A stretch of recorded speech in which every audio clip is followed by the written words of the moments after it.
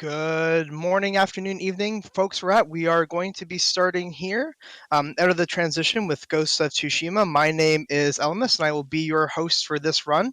But before we get started, I would love the runner and his commentators, their commentators, to introduce themselves and talk a little bit about what they'll be doing today. So take it away. Hi, hello everyone, I'm Aeshmah. I'm going to be running this wonderful game with you, and as you can already see and heard, I'm not alone this time, so if my commentators would like to go ahead and introduce themselves, and what your involvement with the game is.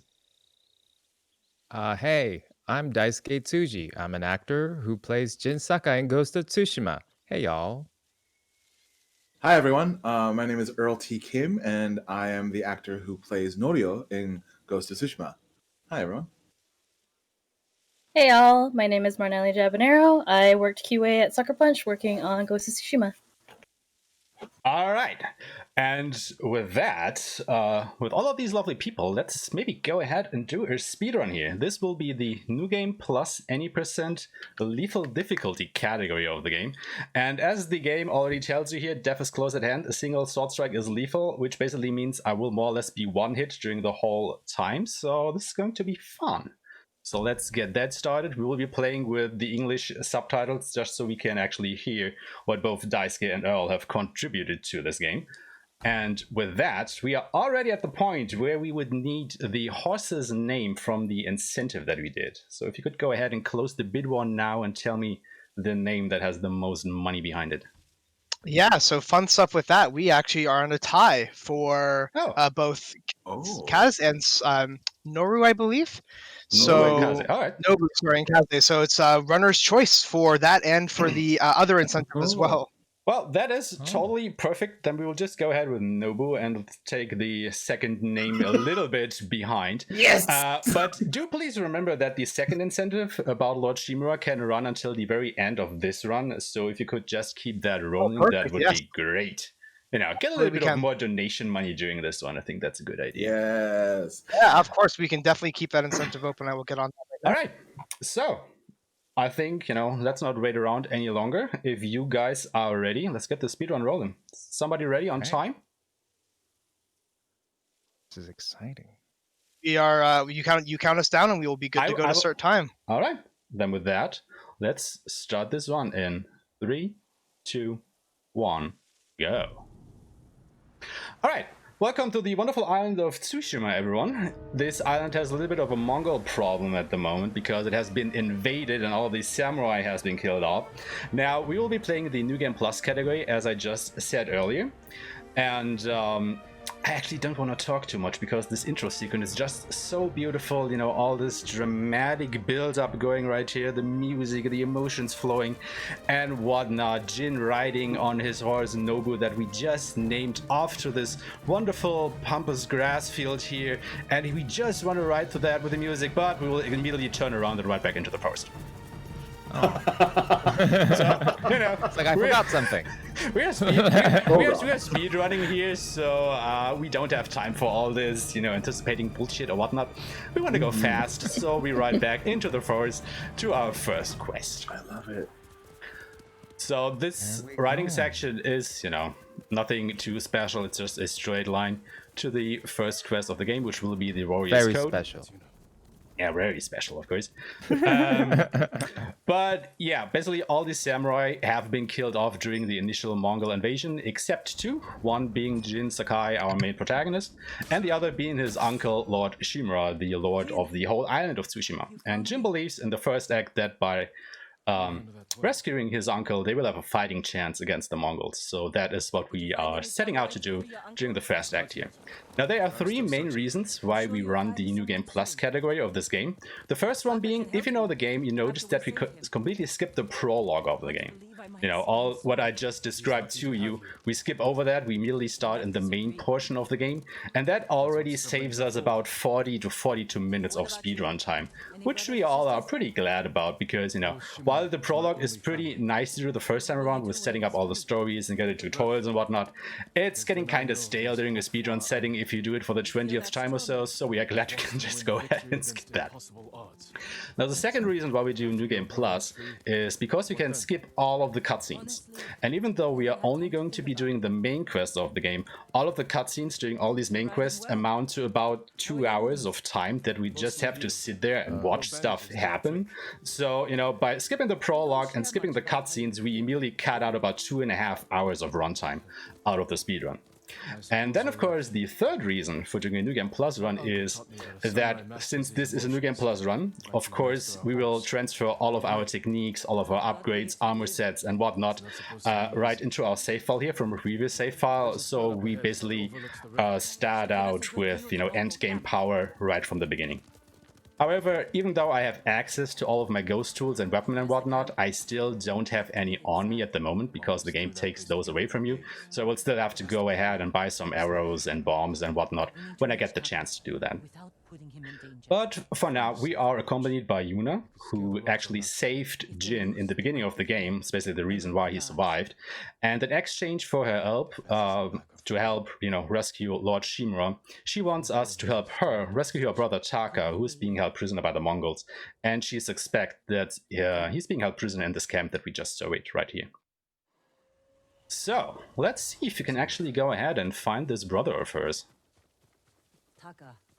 Now, one thing I have to tell about this game that makes the speedrun community pretty furious, and we've talked about this previously before we went live, is that the game seems to be very well programmed. Like, we did find a few glitches and stuff, but none of them are actually useful during a speedrun setting, so we actually have to abide by the game's rules. And so you won't be seeing any crazy glitches or whatnot. It's basically, you know, straight gameplay from the game. However, we will still go fast. As fast as we can. So actually the first speed strat is gonna come up in just a second here as Jin does his very first assassination. You know, he has been trained and raised as a samurai, so just assassinating people from behind isn't exactly his thing. So now that he has done his first assassination, he has a bit of a flashback from his uncle Lord Shimura, who taught him about honor and killing people honorably and whatnot. And we are supposed to track a bear here by going in an S shape through these woods that are all foggy and stuff. However, as speedrunners, we don't exactly do that. You know, we want to go fast. We don't want to go in an S shape, so we basically go straight from one end to the next here. Where are you going, young Jin? Where are you going? Going straight to the bear? And there he is. It's like he And knows that where the bear saves is. quite a bit of time. Because, you know, it's notoriously easy to get lost here because of all the fog and whatnot. So if you actually get lost here, well, you're in for a pretty hard time because you probably won't ever find your way back. And with that out of the way, we will come to one of the biggest techniques that has been passed down from generations of speedrunners to the next. It's something that we call the tumbleweed samurai, and this basically allows us to go pretty fast during any of the stealth sections of the game, you know. It's something that makes this run go quite fast from time to time. And I will explain what I just did there in just a little while, but for now we have actually found one of the Strawhead Ronin in this cage here. It's actually not Yuna's brother, it's somebody else, so Taka obviously is not here. But we still completed our mission, so we will just escape to safety for now. And have a little talk over of what to do next. So I'm just hoping that everybody is actually following me, because sometimes Yuna can get stuck in that camp for a little while, and if I just run straight ahead, I will actually go outside of her quest range, so to speak, and then I have to go back and reactivate her so that she actually keeps following me. So that didn't happen, so I'm glad that didn't, and with that, we actually have already finished the first main quest of the game. What? Nobody saw Jin do the tumbling. Exactly. So It was impressive. it's now time to maybe talk about what I just did there. So when I went through that camp, you just saw me roll straight through it, and that has been discovered by another speedrunner. It wasn't me. I can't exactly remember who it was, but I first saw it in the stream of John Shepard 104. He's another speedrunner of this game. And I was like out of my mind when I saw that, like, what the hell is going on there? And it was first called the roll skip, but I thought, that is somehow just too technical, that doesn't have a nice ring to it, so I named it the Japanese Roly-Poly Ghost, or JRPG for short, such so that I could make that joke about the JRPG. But then the Wicked Viking, who is yet another speedrunner of this game, called it the Tumbleweed Samurai, and I kinda like the ring of that more, so it's not called the Tumbleweed Samurai. Anyway, what this trick does is you just crouch down while you are about one roll away from the detection range of an enemy, and then you just hammer that circle button until Kingdom comes. You just keep on rolling, and no enemy in this game will ever see you as long as you keep rolling. It's just something that works. We don't exactly why it works. The closest guess that we have is that the roll somehow preserves your detection meter or something, and even does so a little bit at the start and the end of your roll. And if you just keep rolling, well, the enemies just won't ever see you because of that. But of course, we can't look at the game's code, so we don't exactly know. But we like to do it because, you can basically skip any stealth section of the game by just doing the Tumbleweed Samurai, which is pretty cool. Also here, I will leave Sensei Ishikawa behind me a little bit. Normally, I would have to stay in his range, so he actually follows me. However, if I just go ahead and trigger this Mongol patrol here and get into a little bit of a fight, he will eventually come over to me and help me out, as long as I haven't already finished all of the Mongols, and of course I did. So thank you for nothing, Sensei. So there he comes over. Which basically skips having to wait for him to look at some tracks that he finds along the way, which will eventually lead you to this very patrol I just killed. So he would just come over and have a look at those guys. The moist trail picks up here. Come. Now the thing with Sensei Ishikawa is that his best student has gone missing, and we are now helping him look for her, because, in order for him to help us in turn again to rescue Lord Shimura, he requires our help to, find his lost student. So of course, Jin, being the nice guy that he is, now helps him to do exactly that. This was her camp. She wasn't here, but we see signs of an attack that happened, so let's have a quick look around all the stuff here. And then we'll make our way over to the fort where we think that Tomoe has been taken captive to. Again, the first few minutes of this run are basically what you would see during a casual gameplay of this game. Just, a little bit faster, because we don't stick around to take any pictures or do any side activities. It's basically just straight through all of the quests at the beginning. But once we are done with the tale of Sensei Ishikawa here, and especially the tale of Lady Masako, things will start to pick up a little more. Now, Sensei Ishikawa, being the best archer on the island of Tsushima, of course, wants to train Jin in his art. Normally, this is the point in the game where you would get the bow right here. So, of course, we have to do a little bit of a tutorial. So we will just go ahead and shoot these lamps. Let's see if you can hit the one furthest away. How does it feel? Like it was made. Of course, the closer you line up that shot to the end of Ishikawa speaking, the faster you go through the section. It's not a lot of time save, but basically every second counts at one point. So we like to do that a little bit faster. Victory is won by warriors. So now comes the battle at Fort Nakayama, which is the first big battle that we get into here. And it's always a little bit stress-inducing, I want to say, because as I said before, we don't have a lot of tools at our disposal yet. So this fight can go a little bit sideways sometimes, just because we don't have a lot of, tools to handle every situation as best as we could if we had, more bombs or arrows or whatnot. So let's see how this fight goes. But first, we will take to this vantage point here and look at a few things to make the coming battle a little bit easier. So nothing you can skip here, you just have to look at all of the things, have Sensei Ishikawa tell you what you can do with them. Murder hornets! The hornets are vicious, like holy crap. They will sting you to death if they get the chance. Mm-hmm. But, they are on the side of the Mongols, and let's hopefully not get into a range of those. So we skip 2 cutscenes here. They're opening the gates. And here comes the patrol. First of all, we'll grab a few arrows lying around here and see what we got. I did get an explosive arrow, which is great. Only one flame arrow though. But pay special attention to that Mongol on the horse here, because he will be totally confused about what is going to go down with all of his friends here. Like, he has none of it. He will just keep riding down that path like it's nobody's business. Get ready. Now, send them to their ancestors. We should this, and that guy was still riding a moment ago. So that is the first wave already dealt with. So we now wait for the next wave to come close to this explosive barrel here. Okay, 2 archers actually survived. That is new. Normally it's 1 at most. But yeah, that takes care of everybody here. Now the guards inside the fort have been activated. Once again, we'll wait here. Shoot that. Shoot this. Okay, that guy just doesn't want to die. Now he does. Yes. Okay, that's a little bit unlucky that these guys didn't run away.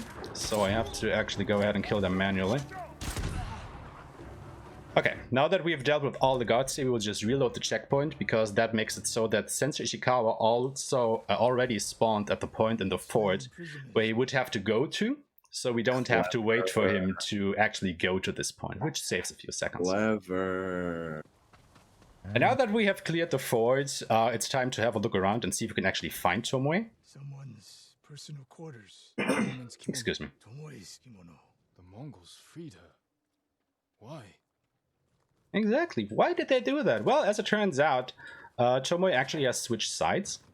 You know, to basically have a chance at life. She is now teaching the Mongols Sensei Ishikawa's way of the bow, which of course he can't have. So following his side quest line, it's all about, you know, tracking down Tomoe and all of these archery training camps that she has set up across the island for the Mongols.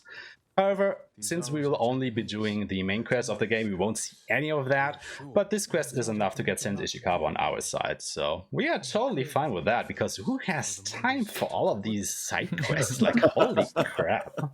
No Mongol shoots Japanese. Hey, now we want to go fast here. And they allowed her to. They're about the speed. Exactly. So we now just talk to this guy, who is not having a good time, actually. You know, seems a bit bloody and dying. So let's have a chat with him, because, you know, fuck medical supplies or whatever. Don't help him. Just Yeah, let him talk. just have a talk. You know, tell us what happened here, and yeah, there he goes. Go. Okay, so while Sensei Ishikawa now walks to the front of this fort, we will take the opportunity to grab a few supplies, because we will be doing a little bit of shopping in just a moment here. Pushed it too hard. And since money is basically of no use in this situation, because, you know, everybody's fighting for their survival, what the hell is money good for? The main currency of the game is actually just supplies, and we will use those at various points in the game to, you know, buy a few What stacks of kind of ammunition or supplies? whatnot. No, it's generic supplies. Just, you know, whatever. Exactly. Supplies. You know, Things. could be food, could be cloth, whatever, you know, what people actually need in these situations.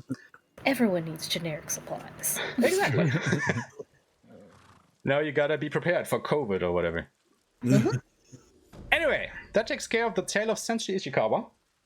And with that, we will actually go to the survivors camp that I unlocked on the way to this quest in the beginning, if you paid notice to that. So we will be doing a little bit of a fast travel here. Go to the map, go to the camp.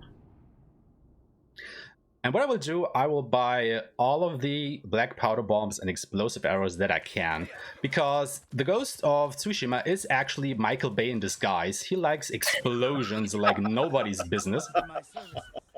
But first of all, we will be selling a few line in here, so we can actually have a few more supplies. Buy all the black powder bombs and as many explosive arrows as I can. Only 3 this time, which isn't exactly good, but okay. And with that, I think there should be a donation that you guys have to read. Could that be? There is. Did you know, this comes from Aeshmah himself, did you know that during this run you can participate in a bid war to determine Lord Shimura's fate at the end of the game? So we're going to be splitting this donation of $20 between the two choices.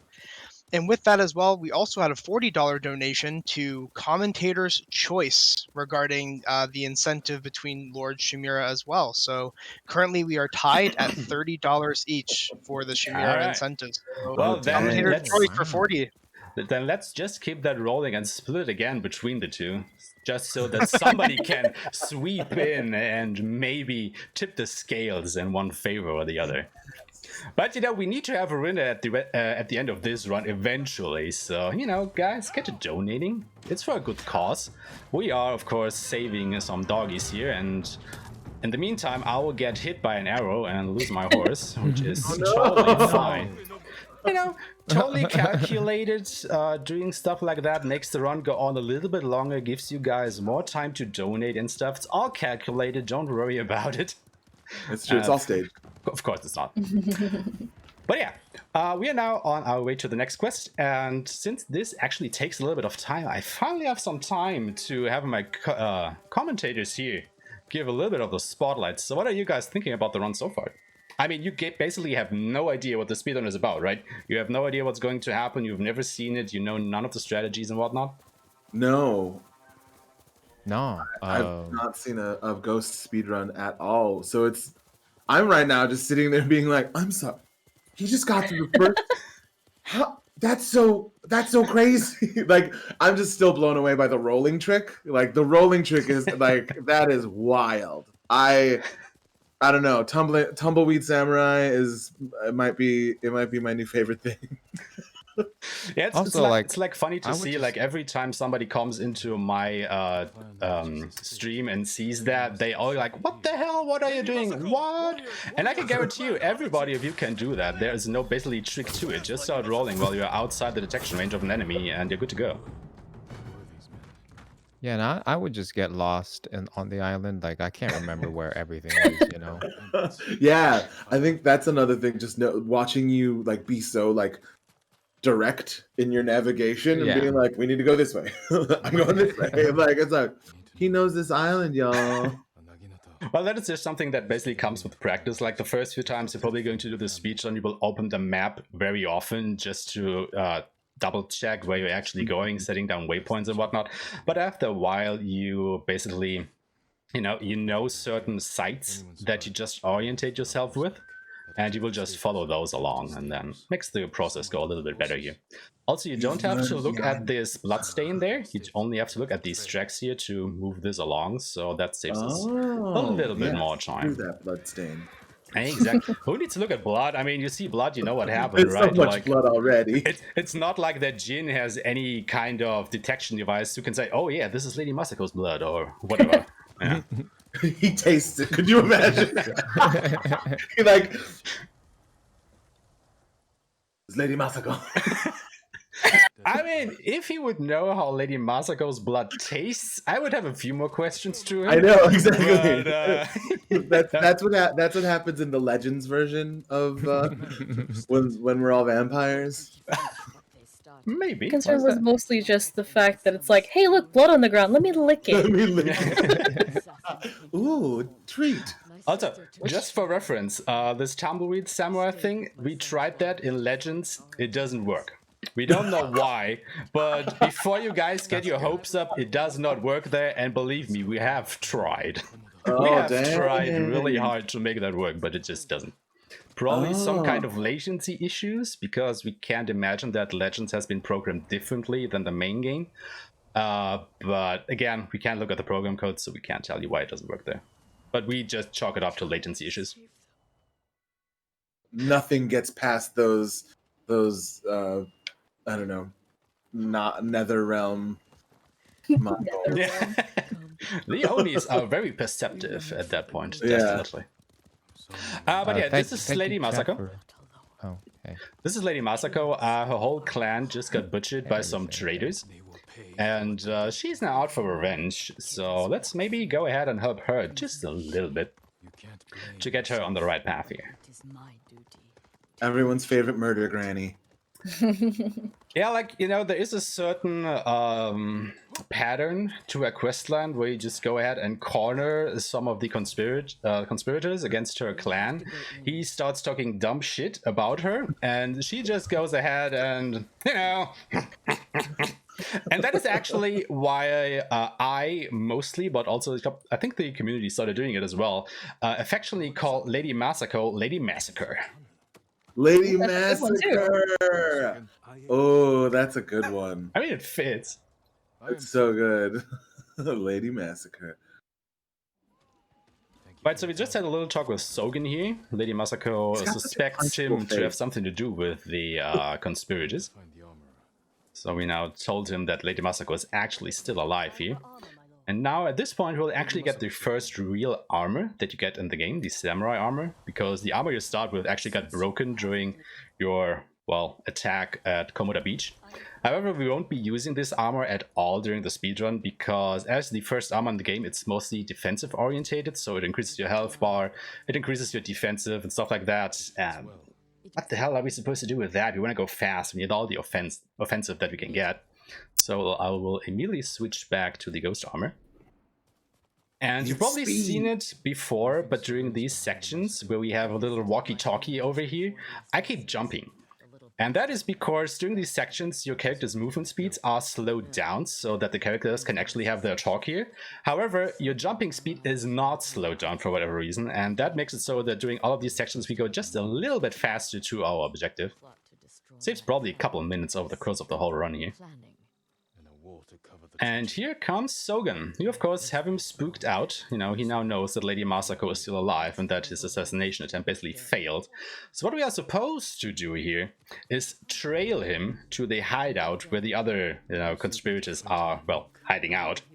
However, since he always goes the same exact way, and we of course know where that is, I don't exactly have to trail him. I just have to stay in the vicinity near him, because as you've already seen there, if I get too far away from him or actually get him out of my sight, this timer will start ticking down, and when it reaches 0, it basically means I have failed the game, and it reloads a checkpoint, which is at the start of this trailing section. So I want to stay at a certain range to Sogen here, but of course at the maximum distance that I can. Let's see here, it's just about there. Now we have to wait for him a little bit, because he will turn around at this crossroads and see if he's being followed. Well, we're not exactly following him now, are we? We are more in front of him. I'm in front of you, nerd. But we'll stay right there, let him catch up just a little bit. And you can kind of see this flat rock to the right of this tree there, where Jin's head is at the moment. And once Sogen gets there, just making sure that he gets there, you can kind of see him. Okay, once he's right about there, I will start hightailing it to that hideout. Because the game is programmed that way that Sogen actually doesn't have to be there. The cutscene just triggers if Jin is there. So as long as I make it over there while the timer hasn't ticked down yet, the quest will progress just as normal. Oh, dang. And this worked out perfectly. I got there with 1 second to spare. And now enjoy this cutscene with a talk between the bandits and Sogen while Sogen isn't actually there. So he probably has learned the art of telepathy or something. I don't know, but they are talking to him. Those men slaughtered him. And now we will have our first standoff. I will actually do this standoff, even though it's a little bit slow, just to get some resolve. And, a little bit of marathon safety, because I can use my resolve to actually revive myself should I get killed. So let's do that. Okay. First wave is down. Yes. And then we will just go ahead, do this, and do that. Boom.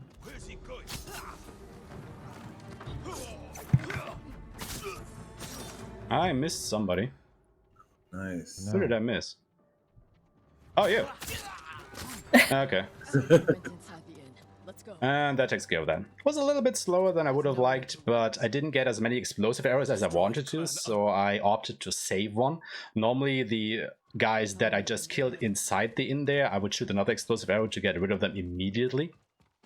But I want to kind of, keep a watch on my arrows here, because we won't actually be buying new stuff during the whole of Act 1. So I gotta be mindful of what I have as use here. Rough landing.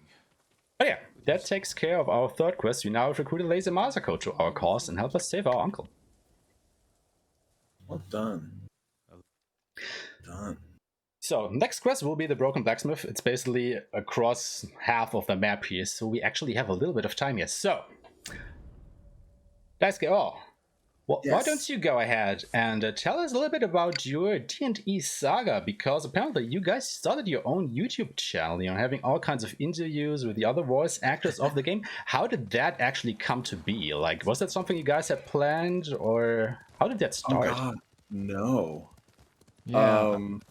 I mean, it started off, Pandemic? pandemic, and us just streaming on our own, and then it was more Earl that had this idea. Well, Yeah. it was a combination because Marnelli was also responsible for starting the Discord, and once that happened, it Yeah. brought me and Earl like closer and working together.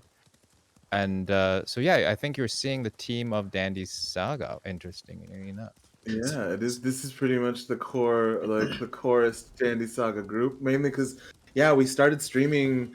Like Dice and I were streaming, like when the game came out, and it was mainly just for our own, shits and giggles. Because Ghost is a really fun game, and for me, it's my first video game role ever. So it was just sort of a way to be like, hey, this is a really cool thing, and let's share this with people, and might as well start streaming since we're not going out or doing anything anymore. And it was kind of it's been a way for us to get out some of our creative energy and so that sort of started, and then everything kind of rolled together from starting off on Twitch. We then were like, okay, well, people are asking for more things, and we want to see if we can, why not roll into a YouTube channel so that we can do all that stuff. Everything kind of had this really organic. Well, I mean, I guess we'll just do this because what else are we gonna do right now? And a lot of the the interview series actually came out because we had first started. We got together because we were doing a bunch of signings as the cast, like socially distanced, and and it was one of the first times that all of the cast, like as far as like the Guardians of Tsushima plus Patrick, who plays Khan, like that we had been in the same place, like at the same time, like because of the way that the scheduling worked for all of our sessions and motion capture and voiceover stuff. Like we were always sort of spoken off of Dice, so it was never like we were all actually there. It'd be very rare when we get to be all in the same room together, and so it was kind of a way for us to be like, hey, you guys are really great. We don't get to spend that much we didn't get to spend that much time together, and it's also we got to, I guess, work beside people who are incredible actors, who have incredible careers and things. That one, I mean, because again, this is my first video game role ever. Like, I don't know, I feel like this whole world of like voice acting, of motion capture, of video game work, like and stuff, I think is it's this sort of emerging field for actors and performers. And so I don't know, I just wanted to also highlight and profile all of these incredible performers and performances, and sort of that exceptional thing about we're all Asian American. Like we the lengths that sort of Sucker Punch went through to use our likenesses and sort of show that representation, I think was something that we also wanted to celebrate. And so it kind of all rolled into we might as well get something going, because what else are we going to do during pandemic? So you guys actually didn't know each other before all this started. Did I get that right? Yeah, I met Dice my final audition for Ghost. Although this is really funny, Dice knew my roommate at the time because they had done a class together at UCB. but yeah, quite a small world. Yeah. Dice, did you know anyone? Did you know anyone else before? I'm sure we have mutual friends, but I'm not I sure think we have really mutuals who too. they are. Oh, I mean, also because of Shakespeare, because Dice has been doing Shakespeare for a while, and that's sort of one of my first ways that I got my start in acting for Shakespeare Festival people. So we have that as well. If I may interrupt you guys for just a second here. While we were talking, I actually made it over to where we start the broken blacksmith quest. And again, I will be tethered to my companions here. I have to stay in a certain range to them, because if I get too far away from them, they will actually start moving. And I, of course, don't want that. However, if I just keep circling around this boundary here, Kenji's voice line will just repeat over and over. Like, he will always say the same thing. This does not happen if I let this continue, because if it's Jin or Yuna's turn to speak, it will actually progress it. But every time Kenji speaks up, it always repeats the same line for whatever reason. And it's any part of the dialogue, he will always keep repeating the same line over and over, which is pretty funny. That sounds like Kenji. It's like, listen to what I'm saying. Can you pay attention to me? Did you hear me? As well as like, oh, you guys are. I'm just imagining Jin. Oh, you guys are too slow. You're holding me back. I mean, he wants to save his uncle, right? He wants to save Tsushima. We don't You have guys hurry time up, for please. Kenji's drunken blabberings here. It's also, true. This card ride is the only break that you get during this speedrun, so, you know, take the time to stretch or grab a drink or whatnot, because we still have about 3 hours left to go here, so gotta make the most of it, so, yeah. Great. Better ready to slay some Mongols or whatever. Would now be an alright time for me to mention something about donations? Sure, go ahead. So I just want to let folks know that No Holidays Allowed has run numerous events throughout the year and hit a combined donation goal of $9,000 for their causes. And so we hit that today, and that's super awesome. So we'll be upping our goal a little bit for the rest of the event, but just wanted to plug that out there and thank everyone so much for their time and their donations, and yeah, all the investment that the communities have given to us has been very appreciated. So thank you so much, and enjoying the run so far as well. Awesome. So, but we are still not at the end, guys. You know, there is an incentive, a bid war, to decide Lord Shimura's fate at the end of this game. So get to donating. There's still, you know, about 3 hours left to get a bit of money in for the doggos and for Lord Shimura. I'm a bit of a noob. How do I do it? Just trying to help. Absolutely. So I will if you go to our donation link, which I can put in the Twitch chat if you're watching that, otherwise I can send it to you. But that link should take you to the page, and in the donation, just make a comment to any incentives you want to do, and otherwise, yeah, any help is appreciated. Okay. Also, yeah. guys, don't assassinate the guy. You know, this assassination prompt is so juicy, you just want to do it, but if you do it, it will ruin your day. So don't assassinate the guy, okay? Because it will fail your quest here, and you will have to reload, and you will cry tears. So don't do that. That's bad. So anyway, we have now made our way into Asamo Bay, where Yuna's brother is actually being held prisoner. And now that we have to follow this slaver through the town, so we would just all sneaky-like keep to the rooftops, you know, have a little bit of a watch on him, like, you know, feudal Japan Batman or whatever. But yeah, this is basically an auto-scroller. There's nothing you can do about this. You just have to follow this guy around for a while.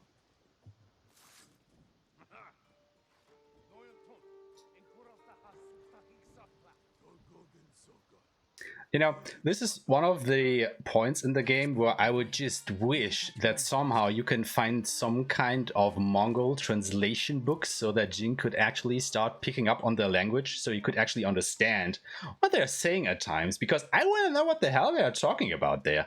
Like, holy crap. One of the things that they say is when you're fighting them, my least favorite line and my favorite line is, I have children. Like, it's so like, oh wow, that's weird. Like right before you kill the guy, it's like, I have children. Ooh. Yeah, but if he would hesitate in your attack, he would probably just take out a dagger and stab you or something, right? I mean, yeah, exactly. it's just a distraction. Can't have that.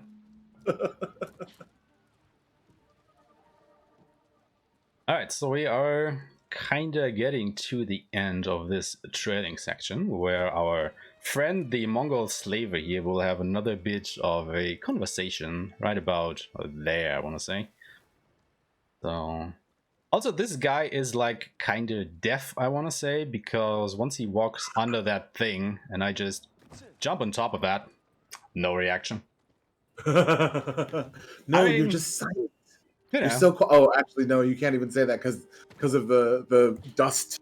Like you landed with force. Like Yep. I mean, it's not like Jin is a paperweight or anything. I mean, he's a grown person. So currency physics. Maybe that guy just doesn't want to notice. His job is to be a slave trader, not to be a guard or whatever. So not his duty. I didn't see it. It doesn't exist. Exactly. Speaking of not seeing and not existing, I guess you guys know what's to come up again now, because we have to do a stealth section. And Tumbleweed Samurai, anybody? Yes. I mean, there are all these Mongols. Say hello to them. Hi! Hello, Mongols! Nothing to see here. Just passing through. No problem whatsoever. And once Jin says this voice line, we'll once again restart the checkpoint, because there's an autosave at the other side of the market, and if we're at the checkpoint, the Mongol slaver will actually now be here, and we don't have to wait for him to actually walk around all this bonfire nonsense. What? So that makes it go just a little bit faster once more. Great. That's genius. Well, yeah. I mean, it's basically the old traditional art of they don't see me rolling, they don't hatin', so... You just gotta roll with it. Literally. You can't hate what you can't see. Exactly. Alright. So, let's get out of here. They found the slaver. They'll kill us. We need to hide. No. They did. Climb those springs. Where are we going? Kenji's waiting for us at the crossroads. Kenji's with you. So now that we have found Taka, it's our duty to basically escape from Azamo Bay, because as they said, they found the slaver. They are now in high alert. And what do you do about Mongols that are in high alert? Well, you basically ignore them by running straight past them. So we will just go a bit to the left here and run around that rock face there, and all of these guys basically don't notice us. I don't know. You're basically invisible in the shade here. Also, one thing to note is Jin actually has like an invisible stamina bar. So if I just keep running for long periods of time, as you can see here, his head will drop down, and after a while he will be out of breath and can't run anymore. However, if you just do a sidestep by pressing the circle button once, all of his stamina will be filled again. So as long as you just, dodge every now and again, you can keep running for basically an infinite amount of time. So that makes all of these sections a little bit faster to go through.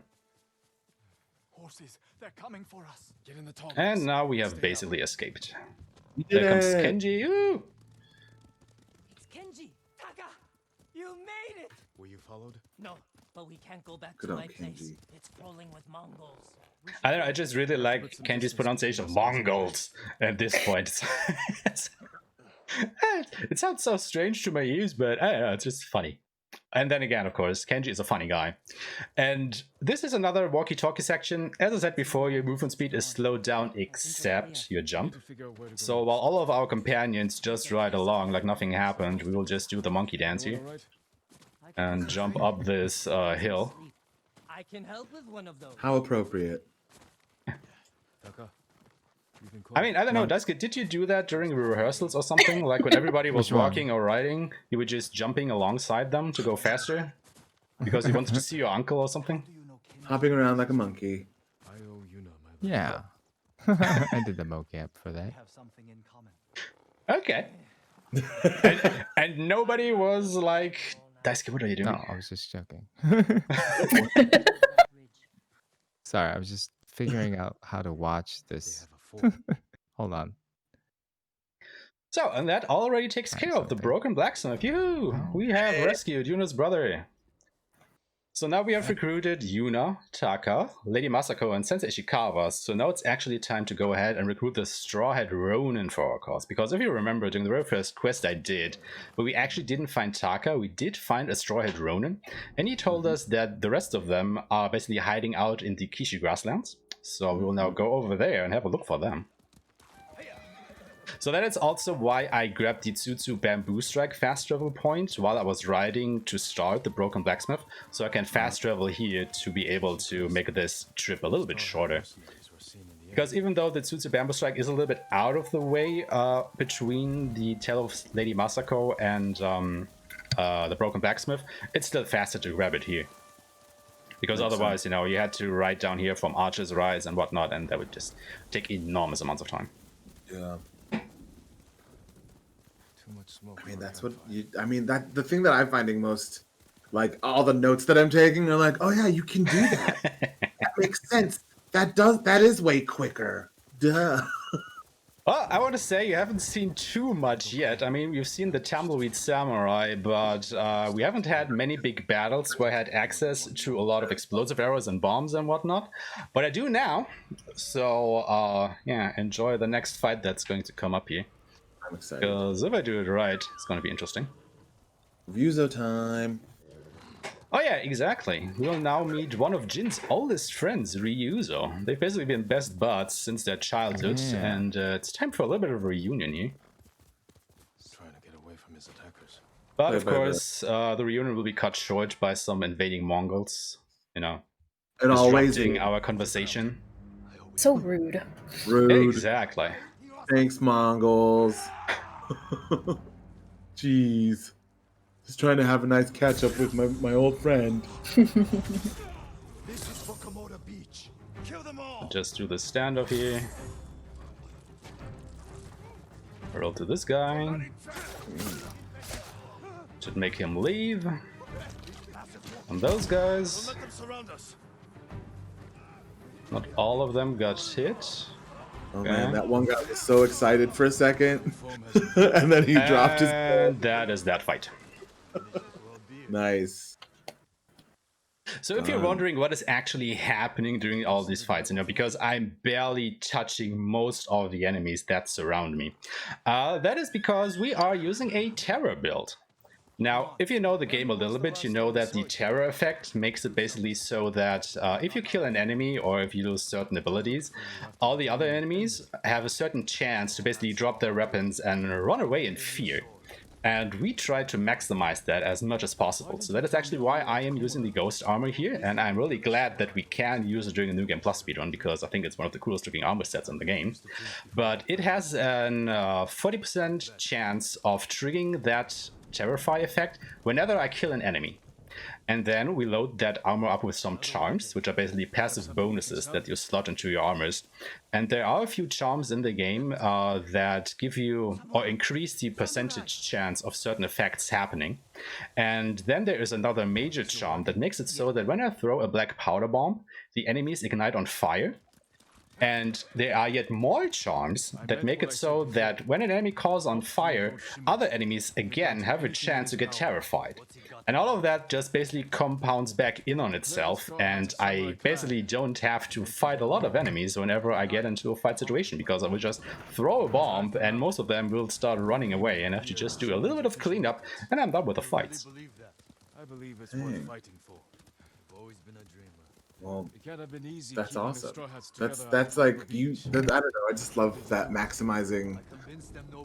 It's like tools they give you. if you compare this to what we do during a new game speedrun of the game, you know, where we start from a fresh save file, it's a whole different beast, because we don't have enough resources to make all of this happen, because we will get none of the charms during that speedrun. So it's basically mostly all sword fighting, and you know, doing all of these fights with just your sword on lethal difficulty on a fresh save file, that is quite something to watch. But we are doing a New Game Plus speedrun, so we have all of our bombs and explosive arrows and whatnot. So, like I said, we are the Michael Bay of Tsushima, so let's do him proud. It's true. It's a lot of lighting on fire, Yeah, exploding. it's very lighting more- flashy, definitely. Also, let's see if I can beat Ryuzo in this race, because if you move in a certain way, you can actually get to this cliff before him. Ah, no, didn't get it. That loses a little bit of time, but not too much. Well, that loses time, though, because the dude just stood in my way there. How rude of him. Yeah, Leonard, way to go. Standing in people's way. Everything about this mission has been rude. Exactly. I mean, you know Ryuzo, he's kind of a bother in some ways, as we will find out a little later, I guess. But yeah, now we have the Ronin attire. Again, nice armor set, but we won't use it, so I want my ghost armor back, because I want to terrify people. I don't want to fight them. I don't have to. And here we will just grab the nearest horse. It isn't yours. Doesn't matter, you know. Nobo's just hanging out here. We will just grab somebody else's horse. Horse's horse. So just keep on riding away here. Dealing. So our mission here is now that we have found Ryuzo and his straw-hat Ronin. They're actually starving, you know, they need some food. And Jin, again, being the nice guy that he is, wants to help his buddy out by raiding the nearest Mongol fort, because apparently they have food. So, you know, let's get something to eat here. Hopefully. Guy Jin, trying to help out his friends. Oh, yeah. Well, hopefully it does. That doesn't turn sour once in a while. I mean, you know. Who would ever betray him? He's such a nice guy. He does everything for his friends. I know, Like, how nice could guy. you? I couldn't imagine it. Oh, we have other stuff planned for Norio, don't you wait.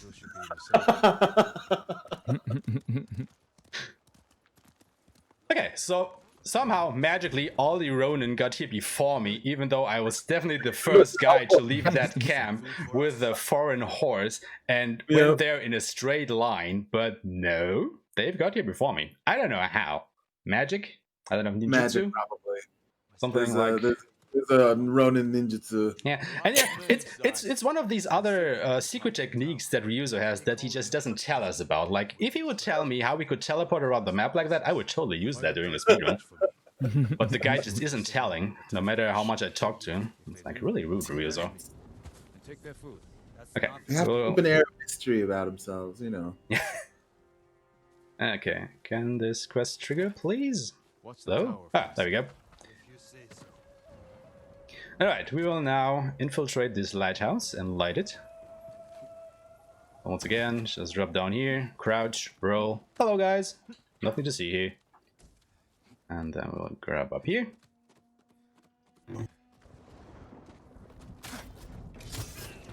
Kill the duder.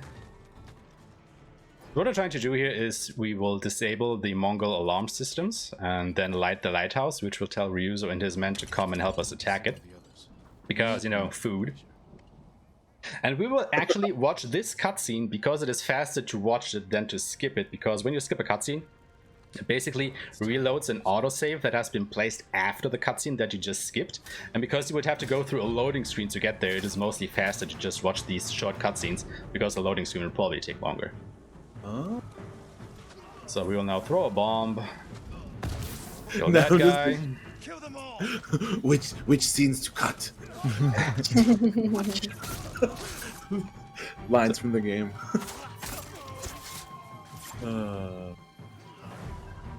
I've studied this game.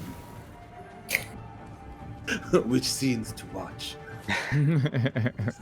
Okay, they took care of them. Yeah, there you are. Okay, that's a bit of bad luck that they are still up here, because that means I had actually to get up there. But, okay. A little bit of a time loss, but still fast enough. And yeah, now we actually find out that, hey, the Mongols didn't have any food up here. So we find some writings that tell us that maybe the food is on the ships that are just a little bit offshore here. So now we will have to try and find a way to this boat to get to these ships. To, you know, hopefully get some food. So once again, we will look at all of these things here to make the story progress. A frontal attack would be suicide. I want my men. They will have a little talk about their tactics and whatnot and what to do. Put your archers on that cliff. The Mongols will Would this be an okay time for donations, or would you like to wait for a little bit later? You can probably read out one or two here. explosives. That All right, so we have a $20 donation from a Warcry Mango to save Shimura, and another $20 donation to kill Shimura. So we're back to tied. So that was from Anonymous. And then we have an anonymous $50 donation as well. So thank you so much for your donations and keep them coming. That is Thank you. awesome. But you know, guys, we are still tied, so we need to come to a decision sooner or later. So, you know. You tried I the mean, tiebreaker. You yeah. tried, but Dang, Mango tried. Mango, good job. Thank you so much for coming and watching. Kind of appropriate that the kill is an anonymous donor. Yeah. Probably Khotun Khan. Something like that.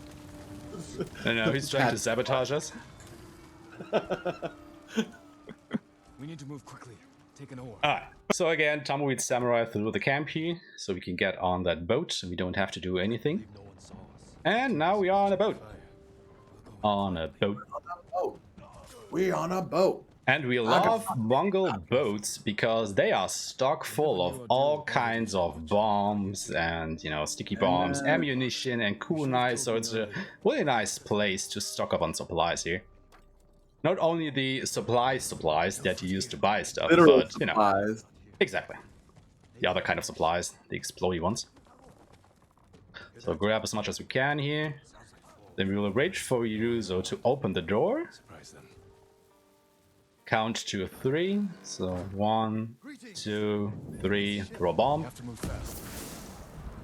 That takes care of all of these guys. Dang. More Mongols. Take them. Then we will take cover here. Wait for these guys to come over to our ship. Throw a bomb. Ah, that didn't hit as many Mongols as I would have liked. So yeah, one guy. Oh no, 2 guys are left. Yeah, that's it. Now the nice thing is, because when I skip a cutscene, the game actually loads and save. Most of the time this will also completely replenish your health bar. It didn't this time, not exactly sure why, but most of the time it does. So it's a quick nice way on New Game Plus file to basically regain your health without having to spend a resolve for that. What's in here? We'll now grab these Mongol war plants, which are definitely not food. But it's enough for now. Eat this. Oh, Curse yeah. you. Mongols. Maybe Ryuzo will try nonetheless, but yeah, desperate times call for desperate measures. True. I never quit. I do wonder how the Ronins like survive so long without food. They never find it. Grass. Grass. Just boiling Lots of- grass. Boiled grass. Wow. I mean, you know, they are called the Straw Head Ronin for a reason, I guess. I mean, Hey, they love that hay. oh, that is probably why all of their heads have so many holes in them, right? Because they Ah. started to eat them piece Yeah. by piece. That makes sense now that you say it. Of course. Yeah. A little snack here. If you like, you can have a little hat as a treat. Also, those Ronins that like ran away probably didn't run away. Oh no!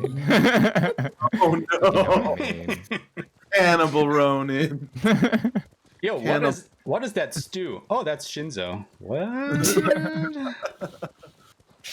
We went hunting. Together. And we lost. Yeah.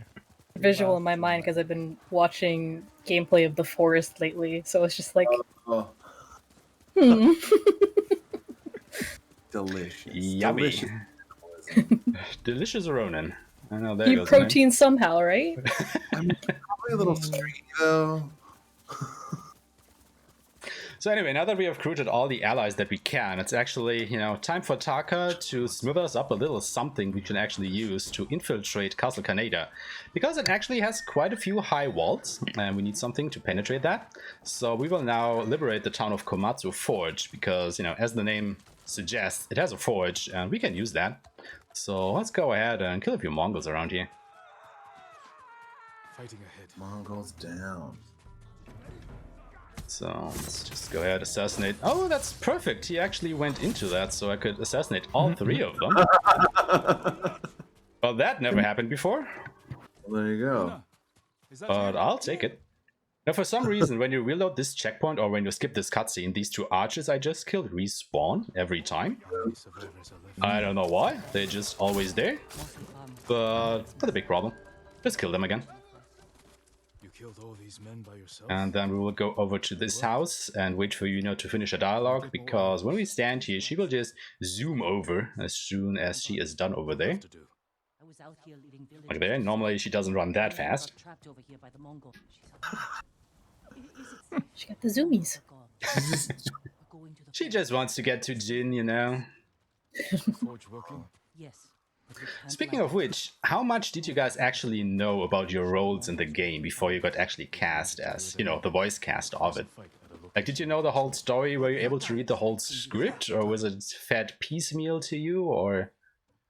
I did. Well, I During feel an like audition, I didn't know. experiences too, because I don't know, Dice. What was your? Yeah, during the audition, I didn't know. I think the first day of rehearsal shooting, there was like a plan. There's a plan.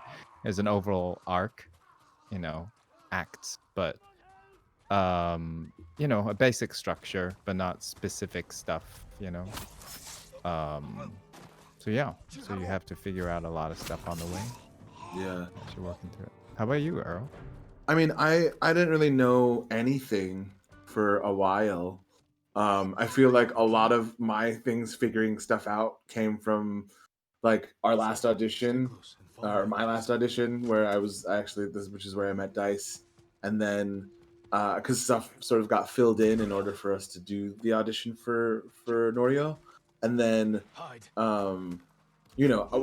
I got like a before my first voiceover session, I think I got a like page long, like very basic, like kind of bullet pointy, like, so this is what happens for the overview, You can and succeed.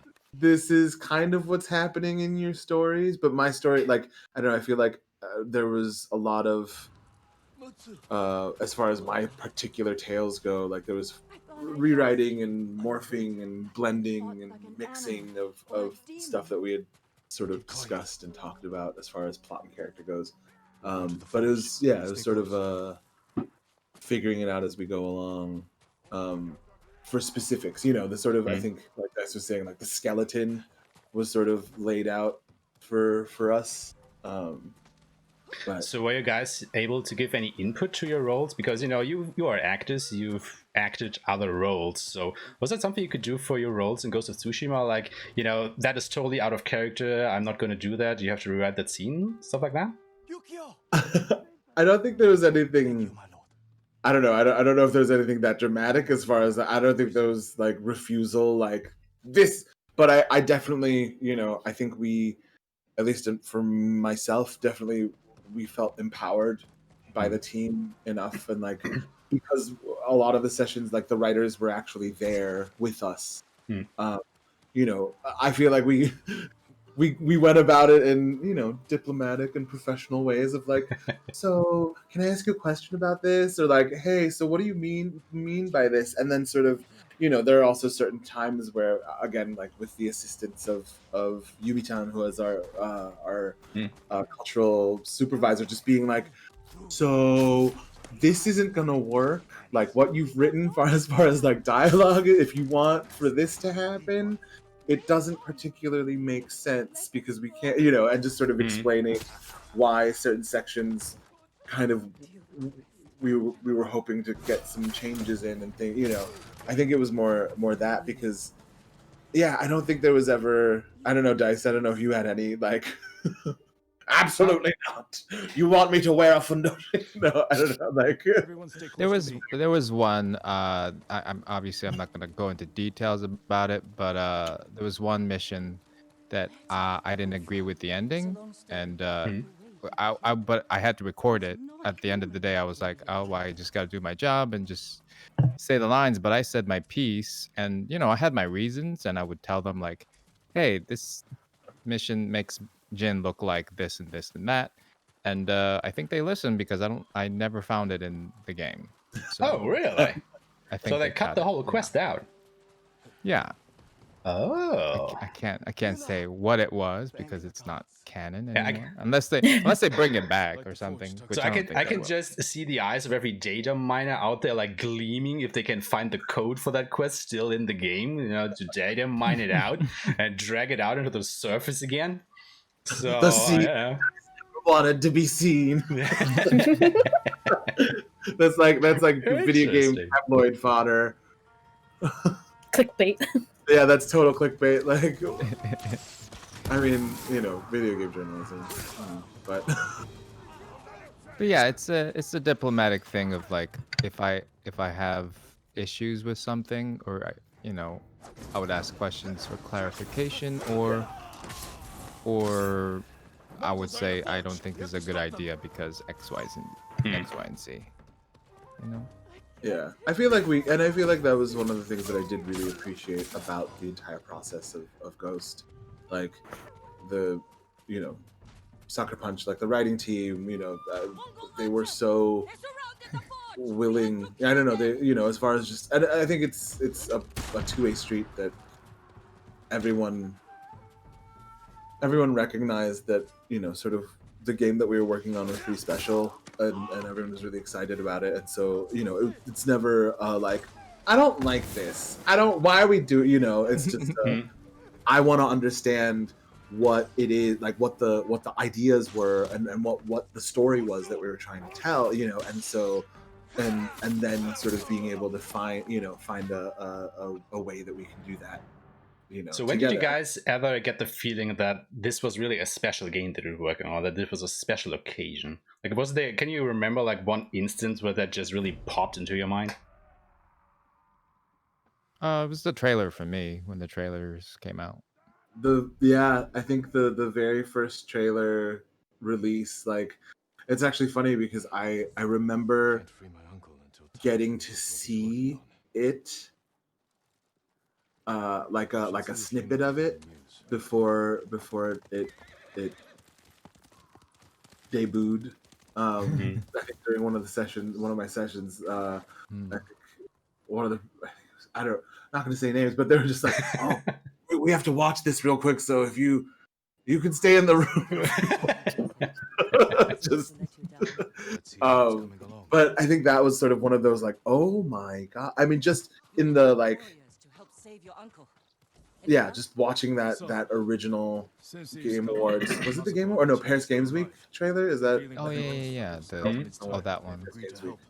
That And one one before that, a year before that was the gameplay one. I think the gameplay one especially was really, you know, yeah, each of the eye-opening. trailer drops I think were slightly like pit of my stomach / like, oh my gosh, this is real, like, and oh my gosh, this thing is gonna become a thing, because I feel like there's so many, there's a lot of, you know, and not that Ghost was going, you know, but I think that there's a lot of uncertainty around, like, you could start working on a thing and then who knows what happens, because the process is such a, it's a long timeline, so it, you know, it's sort of, it could be 2 months, it could be a year after you work on something, and when you see it sort of manifest in that way. And so I think that was sort of like the, oh, this is really real.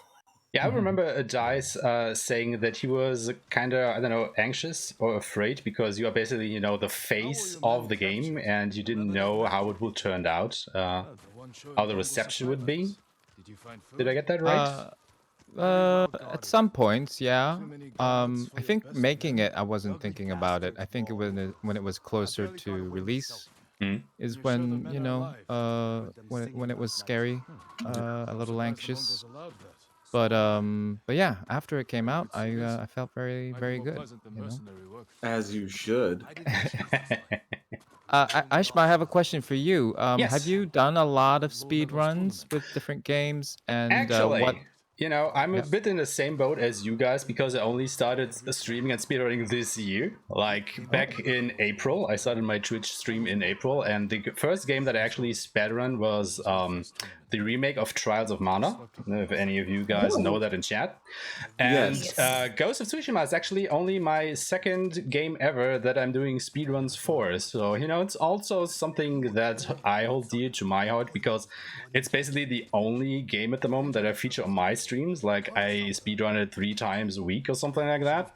You know, getting the times down and whatnot. And I'm just not getting tired of playing it. You know, and that is like the thing that you just know, okay, this is the game that you may want to speedrun.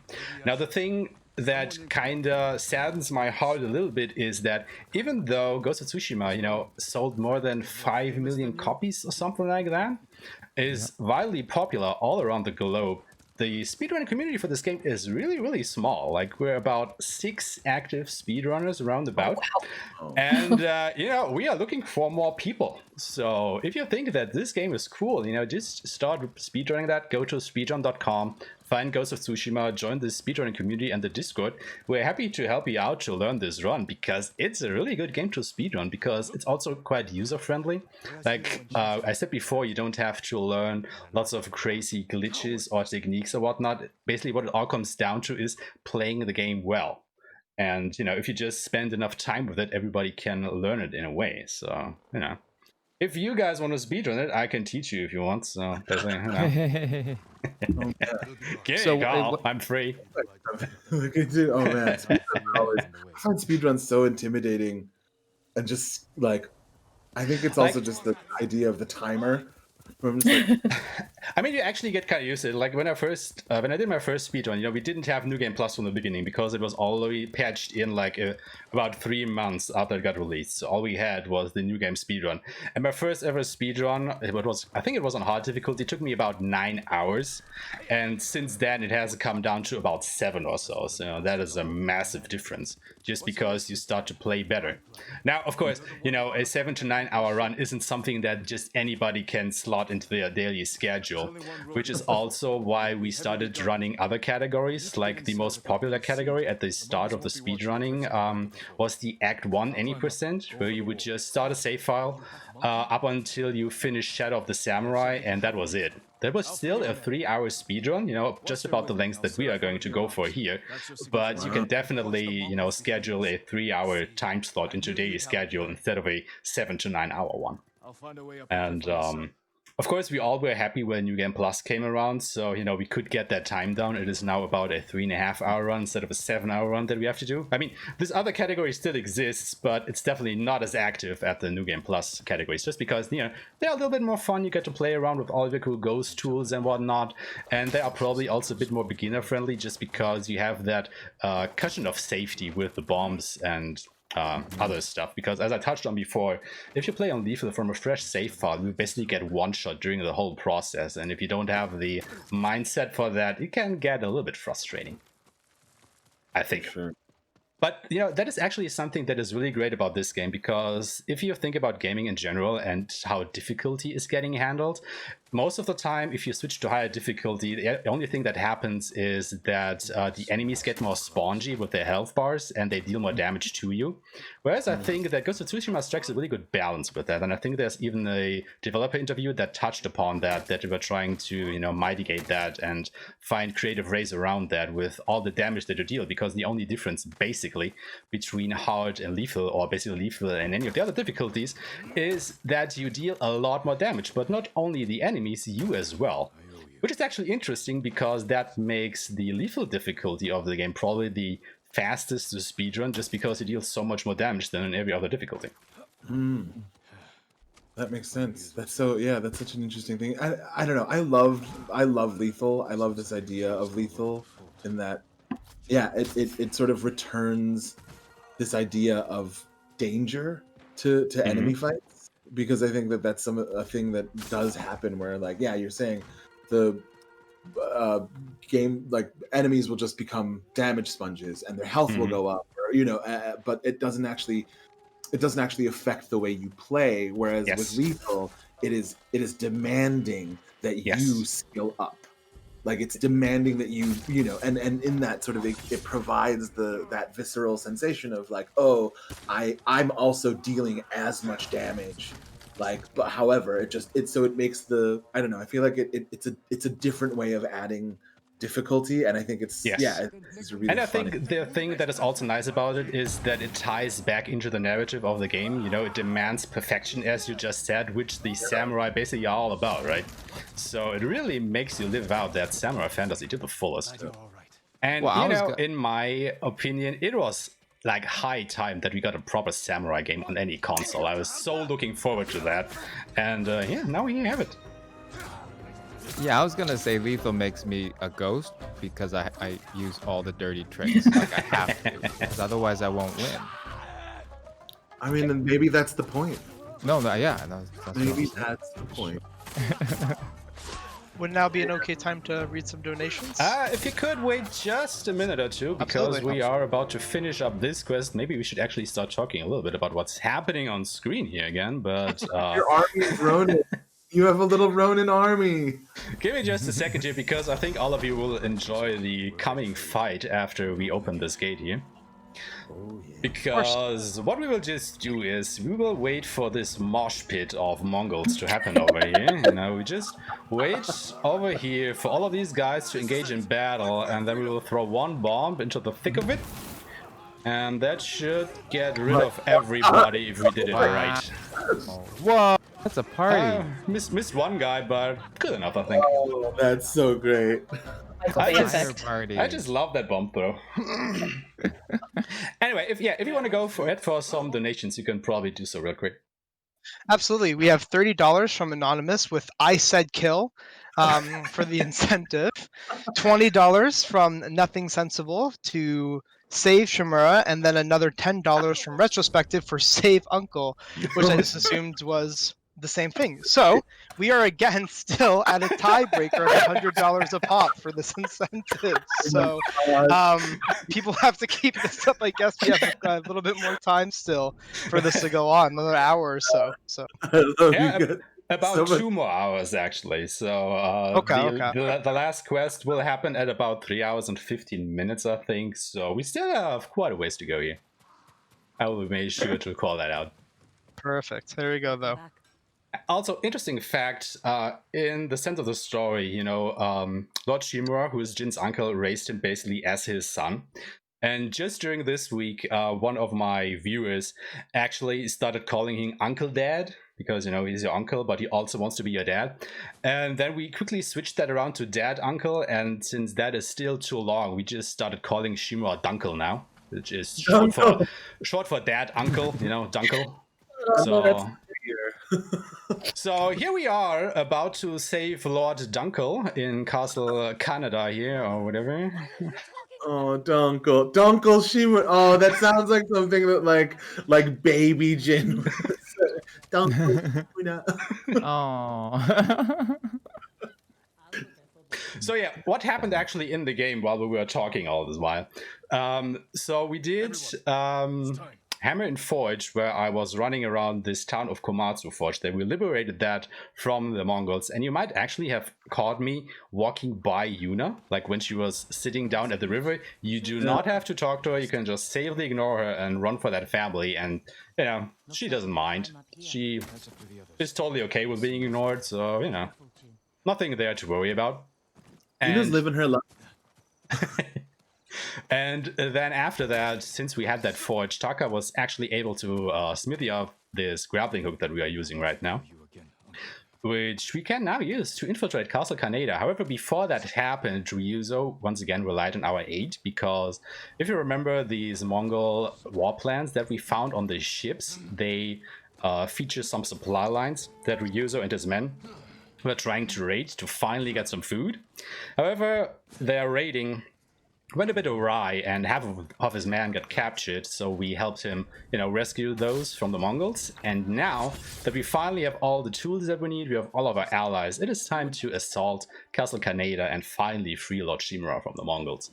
So that is now what we are doing here. It's the last quest of the first act, so if you were running the Act 1 any percent category, it would be done after this one.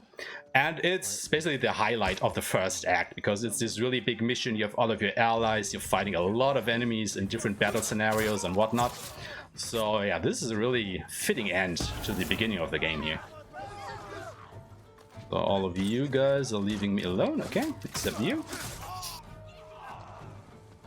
Masako killing the big one. All of these guys just won't have anything to do with us and leave, which is totally fine by me. Can you operate the Hwacha? And once again, we have a nice little bomb throw come up here. So once this loads, Jin, the gate's guarded. we'll crouch up here.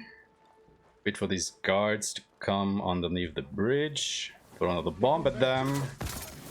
Kill this guy, and that should take care of everybody here in the meantime. Easier for straw hat friends were helping. Ryuzo's men were So yeah, I'm just may have to impressed with the radius of the blast. Yeah. I never really expected it, but now that you like really show off the full size of that bomb. it is Is like it the really placement? insane. Like, Yeah, if Yeah, you that don't doesn't get the happen. upgrades for the black powder bomb from your technique tree, like the radius for the bomb is tiny. It is really, really tiny. But once you have those upgrades, you know, they do work, Yeah, as you can probably see here. It's a big blast from a tiny bomb.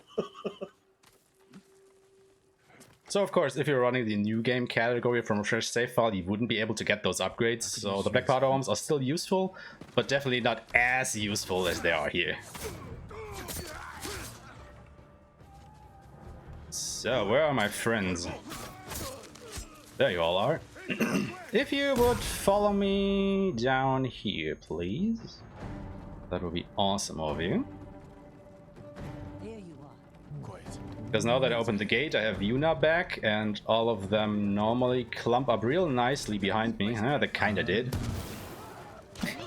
Also kinda didn't.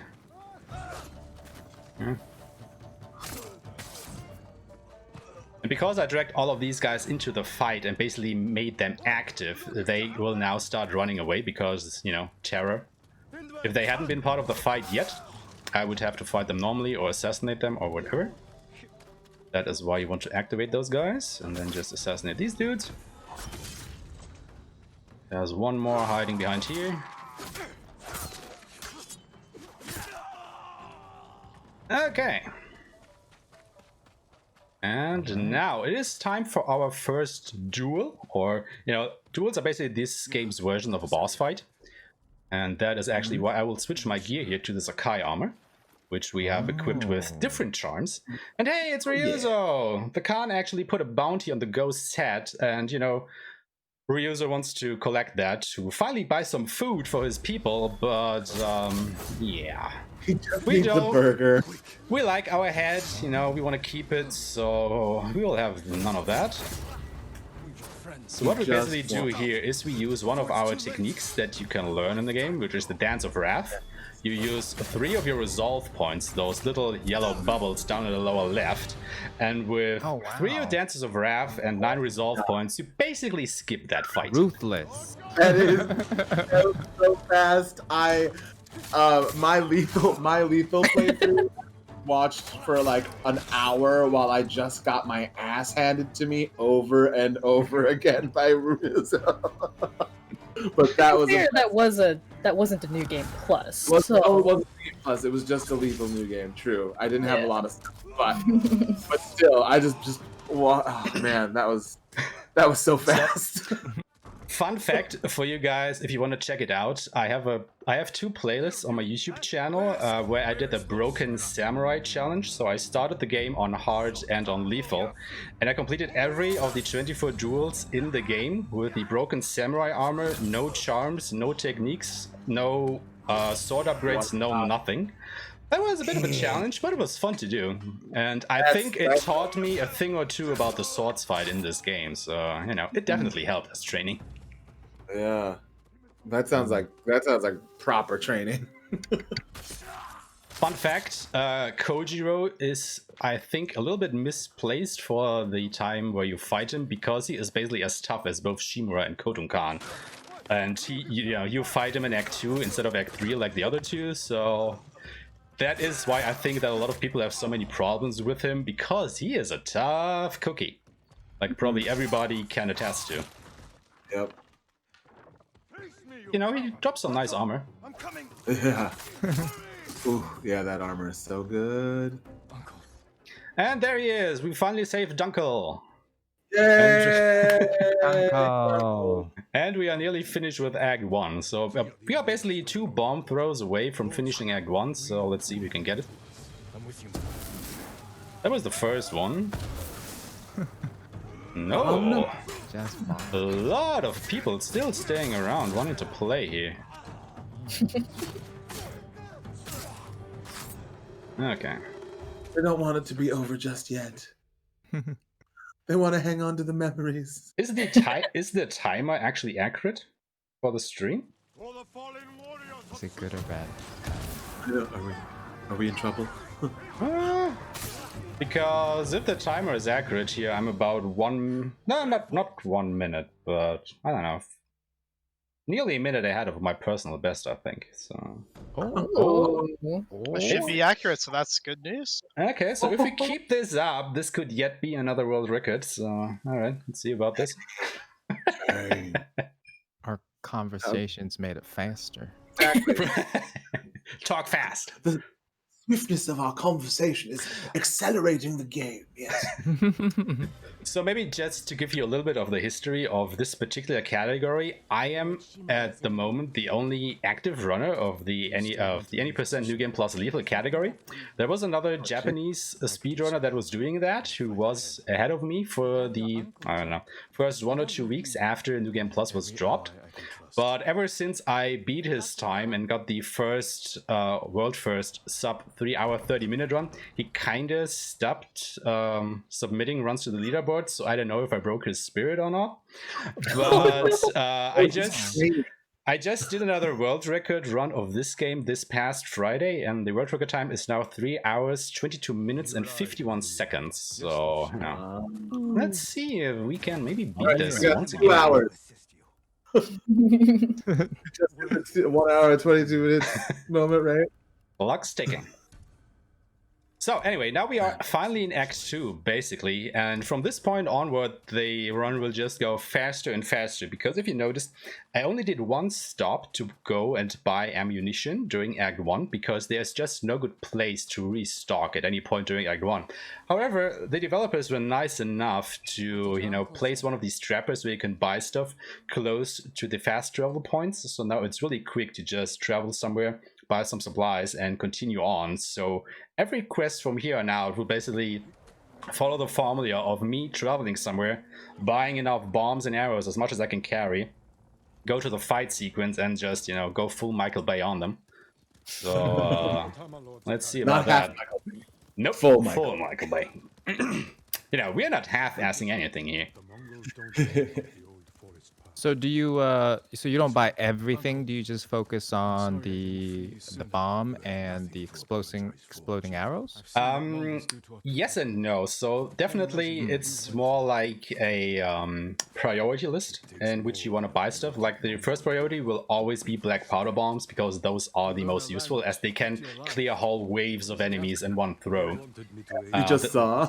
Exactly. Yeah. The second priority is the explosive arrows, because they are basically the next best thing. However, of course, you can aim the explosive arrows a little bit better than the black powder bombs, because, you know, they are an arrow that you shoot instead of a bomb that you throw. And then, of course, you want some kunai, because they are really good at just immediately breaking an enemy's guard, so you don't have to, you know, stagger them first. You can just, go ahead and attack them, and you can stagger multiple people at once. And then, of course, the Way of the Flame is also pretty useful, because, again, it is an, well, tool that lights enemies on fire, and as I explained earlier, that of course works with all the charms we have equipped. And again, with the Way of the Flame, you don't have to first break their guard. Again, you can just go and immediately attack them and deal damage to their health bar. Now, the smoke bombs are also used at a few points in the game, you know, for assassinations or for skipping some stuff, as we will get to in Act 2. Yes, we actually skip stuff with smoke bombs. But stuff like the firecrackers and the wind chimes just don't find any usage during a speedrun.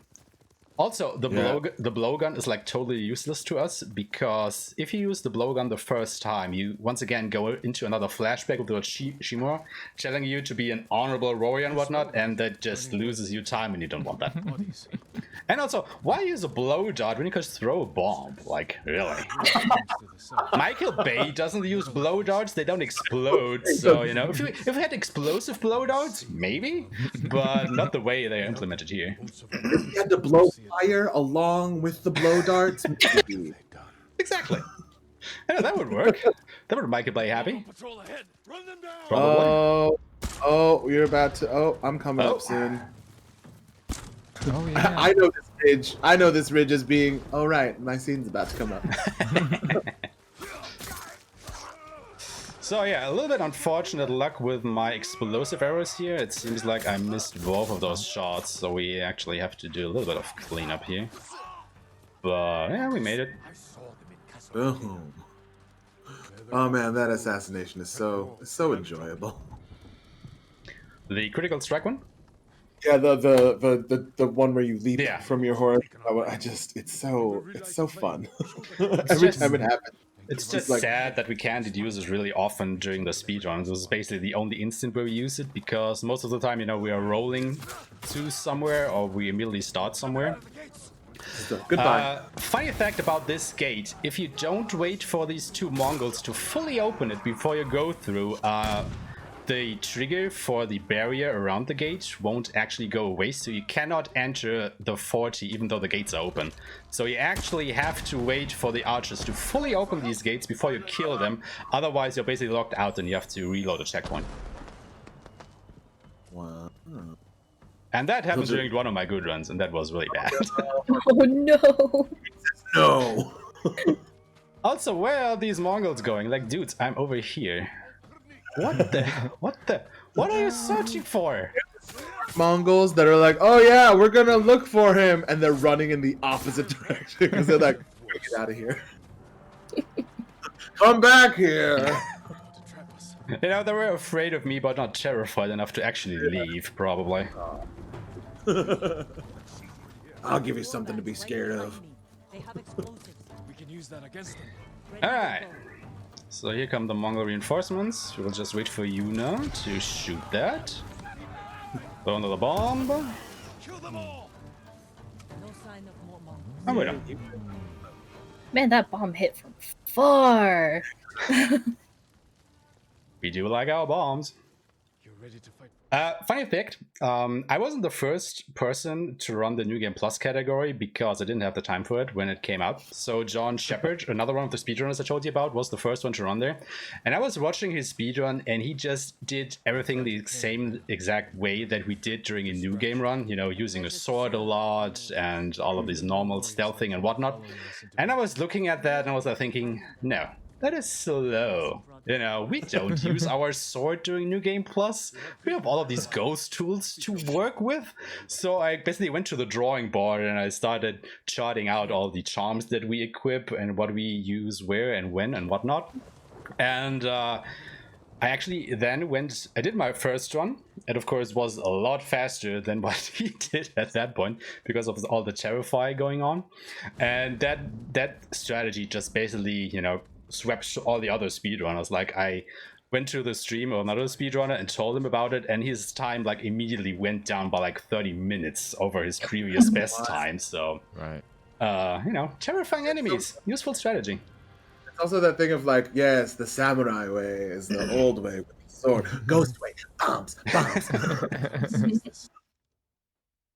I mean, it actually makes me a little bit sad because I really like the sword fighting in this game. It's phenomenal. Yeah. But it's not fast, so, you know, use bombs. Of course. My lord, But yeah, we freed a Mongol prisoner. we now finally get to see Norio! Yay, I'm coming, y'all. I'm coming. Friendship ended with the Yuzo. You know, Norio is our best friend now. That's true. That's true. Norio shows up after I got the best friend award now. I'm sorry, people. To you, Lord Sakai, but I'll try not to. You rode for So yeah, there's Norio. You can see him there. He's going to be Jin's he's best fast. buddy. So they're having a little talk here, you know, looking at what they're going to do and whatnot. Yes, for Cedar Temple. Going on about Akashima Village, where they will meet up to search for the other monks and whatnot. And Jin, what are you doing? Jin. Norio is still talking to you. Jin, that is totally rude. Like, what are you doing, man? You're still talking to him. What? And yeah, that is all we ever see of Norio in the game. Oh, well, we made So I gotta go. I hope you enjoyed your spotlight for all of the, I don't know, 40 seconds or whatnot. But The 40 seconds of fame. we will never see Norio again doing a speedrun. That was like the only instance he ever showed up. See me for a little bit. Because Norio will fight for me even if I don't do his side Exactly. quest. He's such a good guy, you know, you don't even have to help him in any way, shape, or form. He just helps you. Oh. I got this. It's okay. You don't have to. You know, come on, guys. I think that is worth a donation, right? You can donate a little bit for Earl getting left behind there. I mean, I mean, Earl, did that ever happen, like during your auditions or something, that Daisuke just walked out on you while you were having a conversation or something? Is that something he generally does in real life, or is that just his in-game persona who's so rude? It actually became a problem in the recording studio because he kept just leaving. He just kept no. Speaking of donations, would now be an okay time to read a couple? Yes, please, go ahead. Yeah, so not only did we get a few more donations, but we hit our goal of $3,500 for this current stretch. That's super exciting. Our donations read, Jurla is $20 for Killed Lord Chimera. Oh. Railmond, 1997, $20, Killed Lord Chimera, then Jin. And Chimera is the true father and son of the next life. The most painful, heartbreaking, and breaks my emotion. And then Nothing Sensible trying to get the race back with Save Our Dunkel at $30. So actually, we finally have a tiebreaker where Kill is $10 ahead. Ooh. So if there are sparers out there, you guys got to donate back and reclaim the tie or go ahead. Definitely. I mean, it's only $10, right? I think those puppers that we are going to save with Go Rescue are definitely worth $10, right? You guys can Absolutely. do that. I believe in you. Oh, puppers. Oh. So yeah, we are now actually in Act 2 of the game. So we have now finally rescued our uncle. And so what happens now in Act 2 is that we are about to reclaim Castle Shimura, because it is now the headquarters, so to speak, of the Mongol invasion army. And in order to, you know, reclaim that castle, we once again need more allies, because, you know, we have our archery friend and Lady Masako and not the Straw Hat Ronin, but, you know, we need more archers. We need, we also need more archers, but we need an army to reclaim this castle of Lord Shimura. And the first step that we will do to do that is we will recruit the people of Yarikawa. Now you gotta know that Lord Shimura actually put down a rebellion of the people of Yarikawa a few years back, so they are not exactly on good terms at the moment, so we will now try and find a way to gain their trust. Luckily, both Yuna and Taka are originally from Yarikawa, so we hope that they might be able to help, you know, tide things over just a little bit. So we are on our way to the Yarikawa prefecture right now. We are just about to get there. So let's see how that will go down. Yeah, I'm playing a New Game Plus, and I just got here. I can't do a speed run though because I just get distracted all the time. No, that's the thing. It's a lot of focus that you've got, Alex. Good job. I just be like, oh, look at that shiny thing. Oh, but there's a bird. Oh, there's a fox.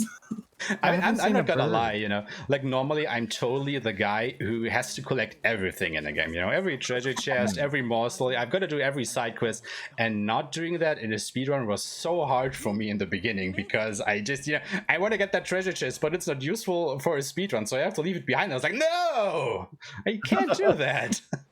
The little voice in the back of your head being like, but it's right there. Yeah, exactly. You gotta get open that. You need that.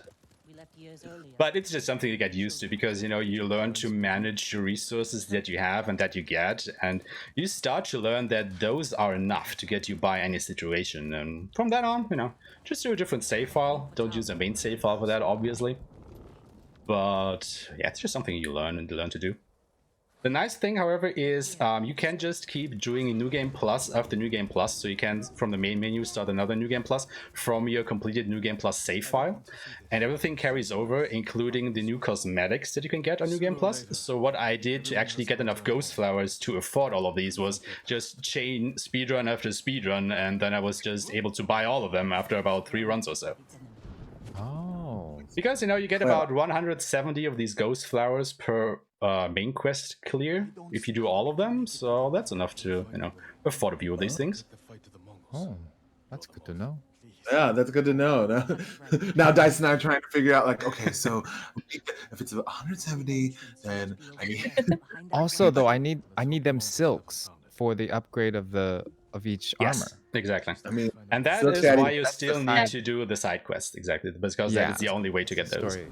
Speaking of 100, we got a $100 anonymous donation, and for Shimura will be killed. So that incentive just slanted to $110 a head for killing Shimura at the end of the game. So Well, that's a the challenge. spare crowd has to really get Oh. themselves hyped. So Gosh, thank you so much, $100 anonymous donation. That's so many puppy smiles. It's many puppy a, smiles. probably a salty Khotun Khan, you know, if you can't kill Jin, at least kill his uncle. It's Patrick. He's he's watching wherever he's in Vancouver. So I don't know. He's like, yeah, get him For the puppies. for the puppies. For the puppies. So we That was now have ironic. found the secret entranceway into Yarikawa, and there's a interesting section coming up, because when we get into the town here, we will be escorted by these Yarikawan dudes, soldiers, whatever. And for some reason you can't jump here, so your movement speed is slowed down, you cannot jump. So what do? We just swing our sword and immediately cancel that swing with a block, and then makes Jin go really funny here, but still fast. So we just do that to, you know, get ahead of all these people. Now get stuck inside this guy. And then we go to the front gate. Oh, what is he doing? It's his new dance. This is another dance. I love This these. looks like a dance. Oh, that's so wild.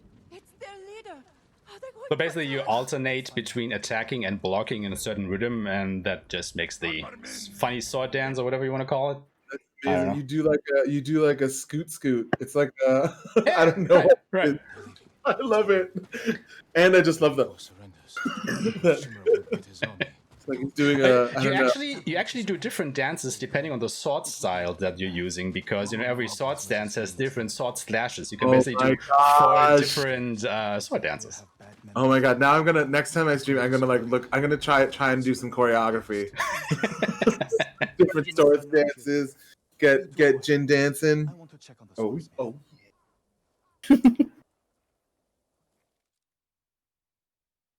Alright, so yeah, this is the leader of the people of Yarikawa, Ujimasa. You know, he's not the most friendly guy to us. Basically, he turns us down. He thinks that Yarikawa will just weather the storm here. The Mongols won't attack them. They will just lose interest because the Mongols only want to go after the mainland. So he doesn't want to help us. So we are sad, and we now have to go and find another way to get, you know, their help. Because we need them to infiltrate Castle Shima. Or assault Castle Shima, rather. So Taka has heard that some archers of Yarikawa are actually missing at the moment. So we think that by going out and finding them and bring them back to Yarikawa, we'll make these people trust us. So let's go ahead and do that in a moment after, of course, we have stocked up on more explosives. Everything else that I might have used. And then we will just fast travel back to this survivors camp and go to our next main quest here.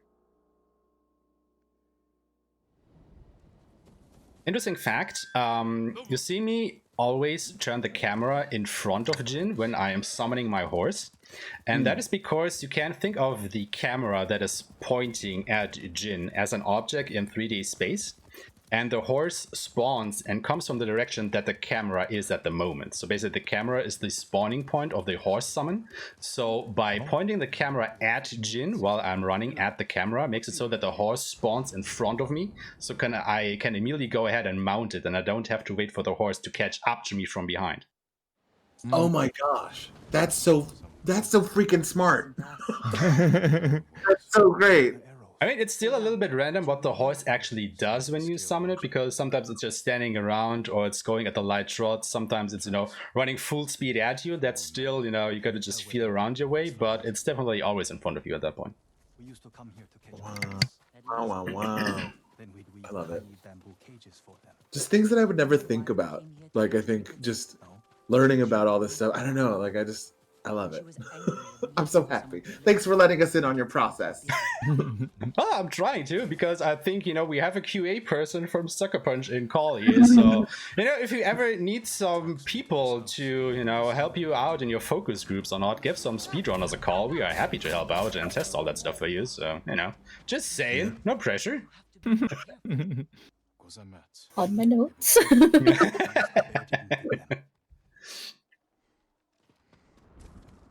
We got a $50 donation from Miss Fortunette.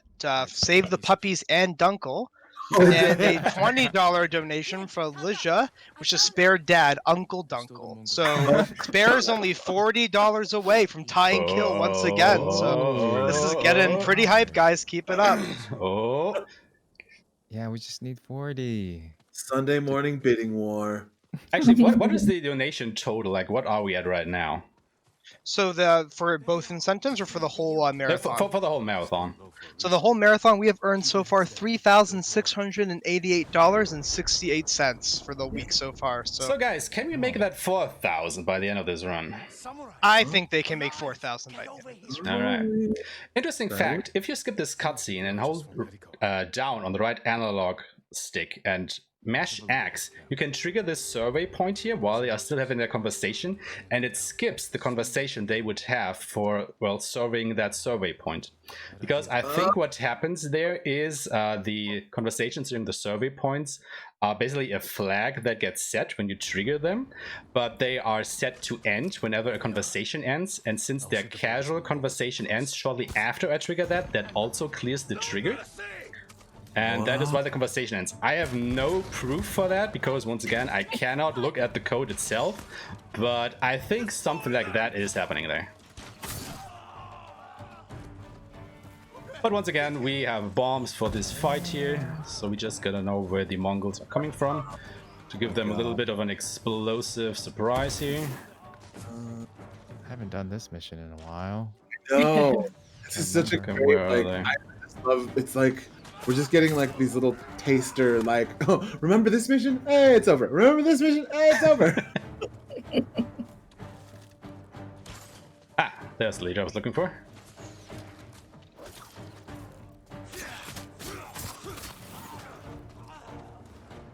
Who was there? Ah, there's the other. Oh, that's convenient. Okay, but Here's we're my missing some people. Ah, okay. They took care of it. Alright, done. Alright. Only they gotta wait for Daikoku to come here. And now we have rescued the archers, and the people of Yarikawa now trust us. Now the only thing that we have, of course, left to do is Yarikawa is still under siege by the Mongols, so let's go ahead and break that siege. Yes, let's break it.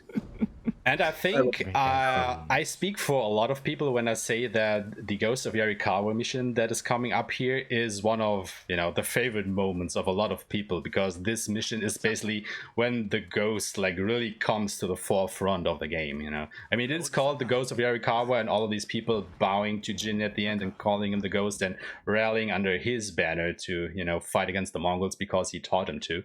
Because he taught them to, yeah. And it's a really good moment. Sadly, of course, we will skip that cutscene because, we want to go fast here. I was confused as to why. I mean, I get that they picked the Pampas Grass opening scene moment as moment of the year, like video game moment of the year. But like for me, this mission, the moment, like when you get Ghost Stance, like I don't know if I've had like as visceral of a full like bodily experience of just, oh my god, like this feeling powerful, and the story and everything just sort of meeting that point. I think, I don't know, that would have been my gaming moment of the year, just just quietly. It sends chills down your spine, definitely. Let's go. Yeah, I agree. Yeah. They're at the main gate. love the grass, love the horse. However, this I was like yelling, like I don't know, like it elicits a response from people. I think. So if you have a second, would you be able to explain the Dunkle Dab to some folks who aren't aware of what that is in the chat? Because that is getting hyped for... Give me just a second after this mission here, because we Alrighty. are doing a few funny things around here. Because all you need to save Yarikawa is about 3 explosive arrows and 3 bombs. So you save the first gate, now we go to the second. And we just wait for all of these Mongols to clump up a little bit. We just throw 1 bomb. Maybe another. Yeah, probably a second one is in order. Oh, I missed. Oh. Well, I have a few arrows then. And that is basically how you save your recover. Wow. Now we're not quite done yet, because the Mongols are quite crafty. They have all these siege weapons now lined up along this cliff back there. So we have to take a look at those. And what the game expects you to do here is, you know, fight your way through this camp, which of course you're not going to do. And then once we actually get to these siege weapons, the game once again expects you to fight all the guards, you know, that are guarding the siege equipment here. However, we have smoke bombs, and what smoke bombs do is they take you out of combat, so you can just drop one, go ahead and destroy that stuff here. We just go around, drop smoke, disable that, and now we have disabled all the siege equipment, and all of these Mongols in this cutscene are just like, what? What's going on? That's a mad goat. They have no idea what's going on. I'm just standing there. They don't care. They are so confused by what just happened to them. But while we were out and about here, the general of the Mongol army actually went inside of Yarikawa. So now we have to get back in once again and save the day here. So being the tumbleweed samurai that we are, we will just do that all sneaky-like. And for some reason these guys saw me. They were not supposed to see me, so I'm not exactly sure what happened there. It's the general. So the idea here is to roll to the gate and not get seen by any of the Mongols, because then you will out of combat, and as soon as this conversation finishes you can open the gate. However, if you get seen, you still have a few backup smoke bombs, so you can just, you know, drop another smoke bomb if you get seen. If you're on combat, then you can still open the gate just fine. And now we are up to our second duel here against General Temuge. Oh, Temuge. So what are we going to do to him? Well, you know, you saw the first duel, so you probably have an idea what's going to happen here. So it is now important that we wait here for him to ignite his sword, because before he has ignited his sword, you basically cannot do anything to him, because he will parry all of your attacks. So you have to wait for that to happen, and then give him a little bit of space, and there we go. How was that? Boom.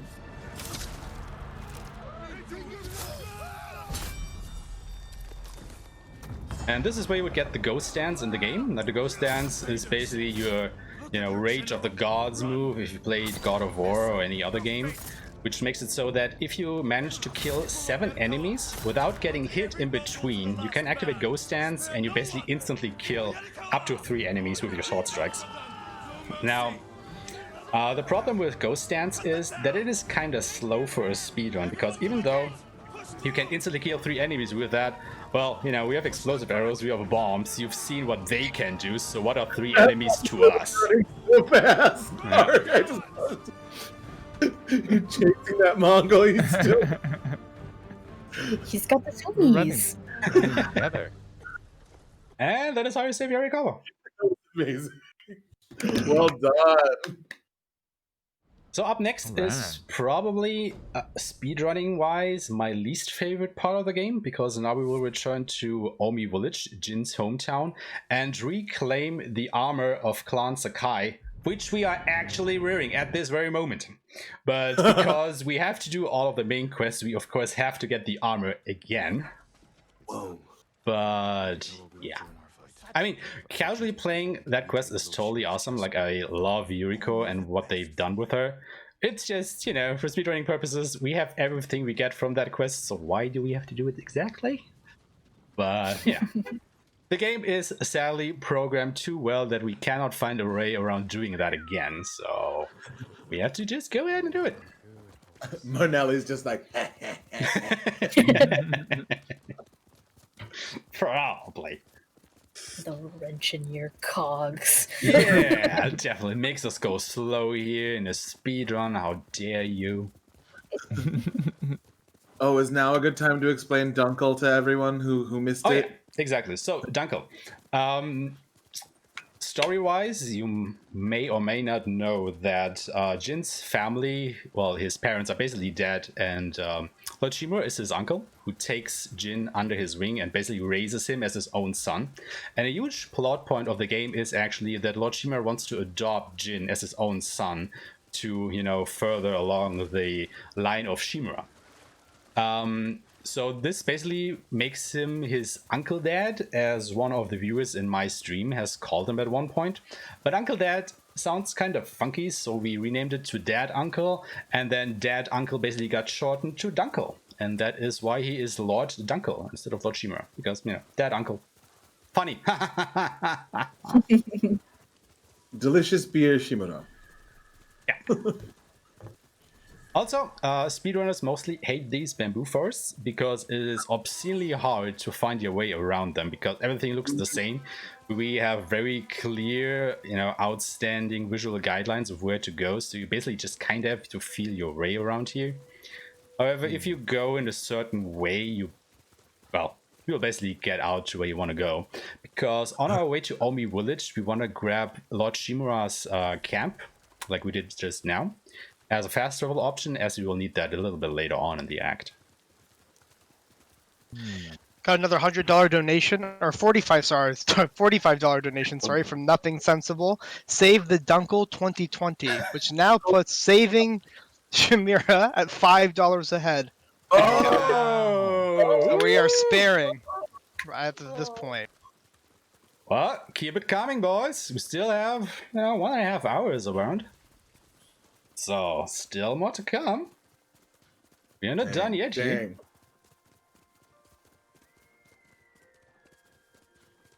So, but maybe it's time that we talk a little bit about the quality assurance that you guys put into place for this game. Like, you know, what were the test cases, or what did you do that this game is so well programmed that we just weren't able to find anything here? Like, what were you know?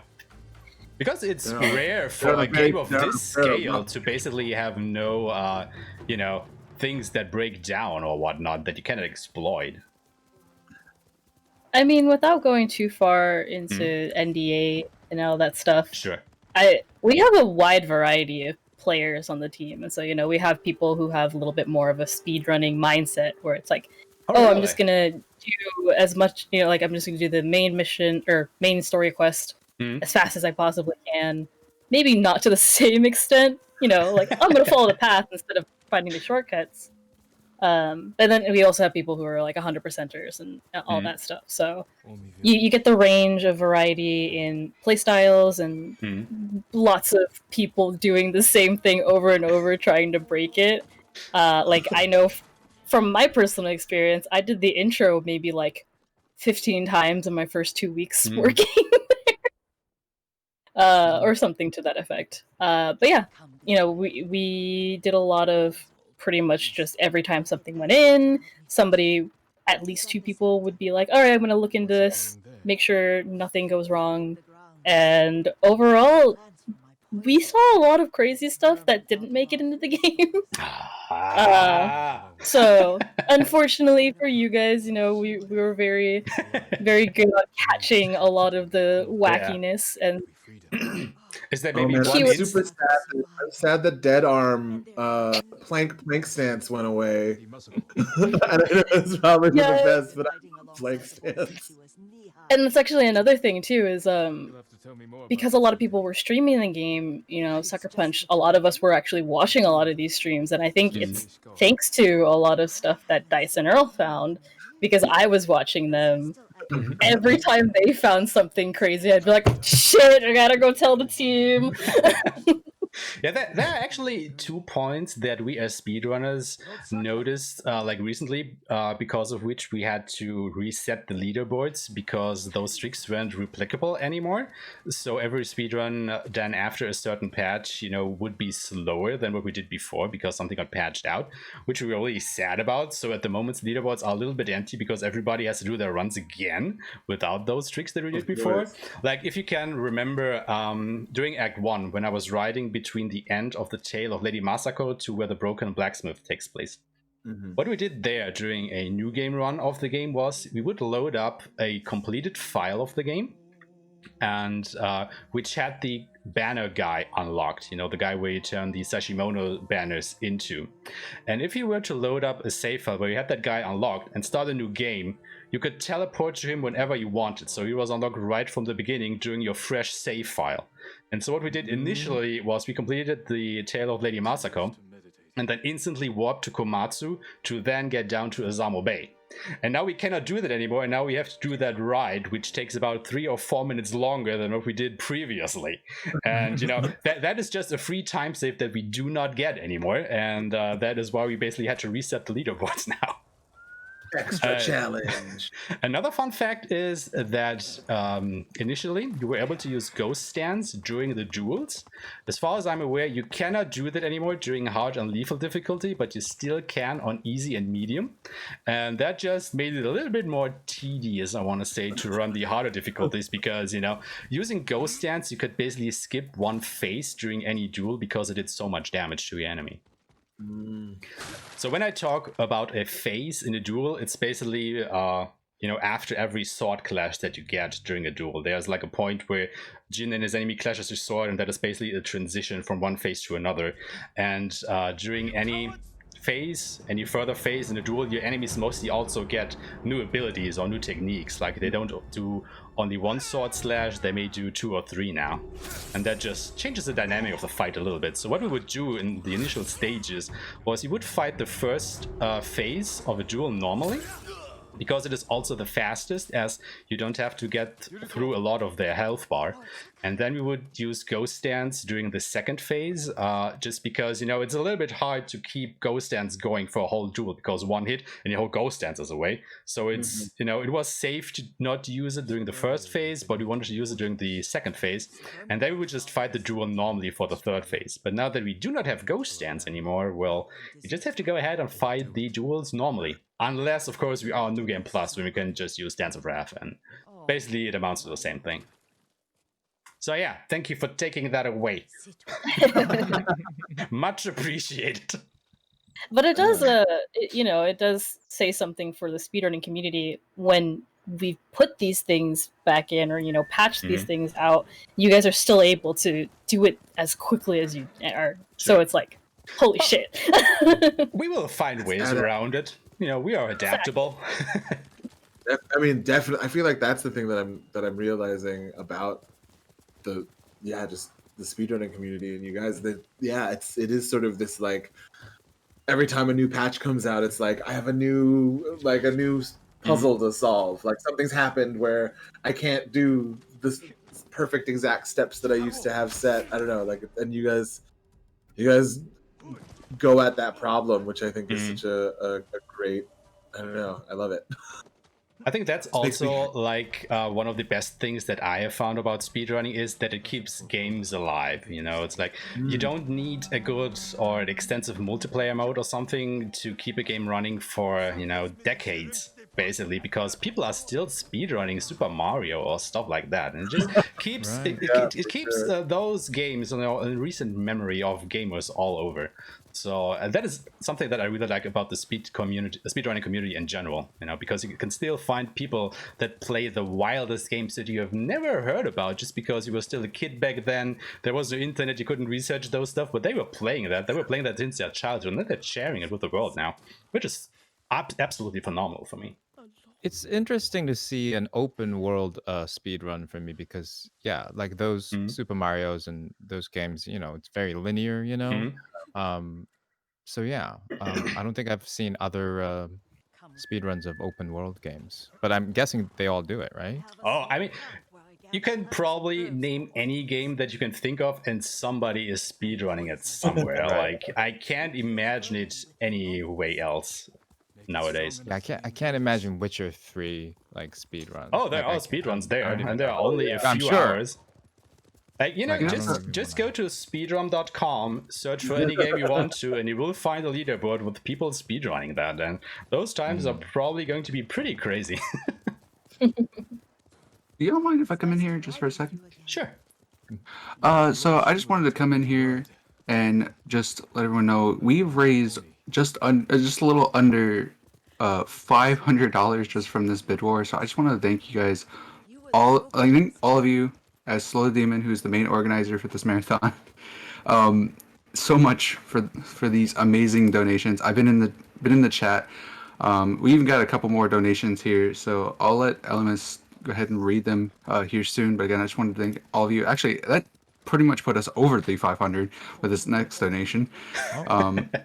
What's so funny? So again, thank you guys so much for this. This is absolutely amazing. We're almost even to a 4K mark here. We're not even close to being done with this run. So keep up those donations. Keep coming in them. They're all going straight to Go Rescue. You guys have been phenomenal. Thank you so much. Well, Thank you, Slow. Well, thank you for all the donations, man. That is awesome. And if the puppers don't need any money anymore, just put the money towards our coming invasion of the Mongol homelands, because we got a thing going on there at the end of the game. Maybe, Ghost of Tsushima 2? Anyone? Anyone? I mean it's the not Mongols like they got don't come back historically. Oh, I think we got to talk about these Mongol dogs because I have two dogs myself. I love dogs, but these little shitty Mongolian ankle biters can go rot in hell for all I care. But that's why you got to get the charm, and you gotta make them pins. That's my favorite thing. I haven't done that yet. All of the Mongols in this game basically come color-coded for your convenience. So you have these blue ones that come in Act 1, then you have the yellow ones in Act 2, and then the greenish guys in Act 3. It tells you which basically tier of enemy they are, how tough they are. And in the speedrunning community, the dogs are basically known as Tier 4 Spearmen, because they have the same exact lunge attack as the spearmen do, and they are so small and come out so fast that everybody hates them. Like, they can ruin your day like nobody's business. Demon doggos. So yeah, good job on programming those dogs. Thank you very much. So just really quickly for donations, we got a $6 donation from Anonymous to, you kidding me, kill that Dunkel. But, someone had to come up, of course, Lanyun Jawa, $50 to save Dunkel. Amazing job on the fundraiser, guys, and also Go Aeshmah, yes, Speedrunner, beast mode. So it is Dunkel is being saved by $49. So Kill, you got to work a little harder, I think, if you don't want to see the infamous Dunkel dab. All right. That white. Hey, I'm on Team Dunkel Dab. Well, Also, the infamous was a pun. If anyone got it, it's okay. If not, it's fine. second point. I'll say, new infamous game when? Asking for a friend. Stream has become a wish list from Sucker Punch. Sucker Punch demand. How does you guys had brought up about the thing about a lot of open worlds. So I know you guys also brought Witcher 3. Witcher 3, I think is right now the world record is 2 hours 51 minutes. I think right now. And, Skyrim, I think the main quest speedrun right now is 31 minutes. Shut up! What? I'm not even joking. The glitchless one is only an hour too. What? Yeah, you can do some pretty nutty stuff in Skyrim as an open world game. Well, yeah, I mean, Skyrim's kind of broken in general. I say that with all of the love, except to Todd, Mr. Howard. Please get on number 6. No. If Skyrim Grandma dies before 6 comes out, it's going to be really awkward for everyone. I'm just saying. I think they are more busy to port Skyrim to other, consoles yet. I don't know. So, I mean, I'm not able to play it on my microwave yet, so get on that, please. that's true. What are you talking about? I can play it on my calculator. Oh, you got that TI-90, bro? Yeah. Oh man, no, I say that with all of the love and like a Skyrim fanboy, and I say that with all of the love in my heart. Todd, please. I know you have a TV show and everything, but we need number 6. Don't blow rocks. I've heard rumors that if we keep donating, perhaps we'll summon Todd Howard himself. So keep the donations going to hit 4K before the run's over. I gotta tell you, you didn't hear it from us though. Just saying. No.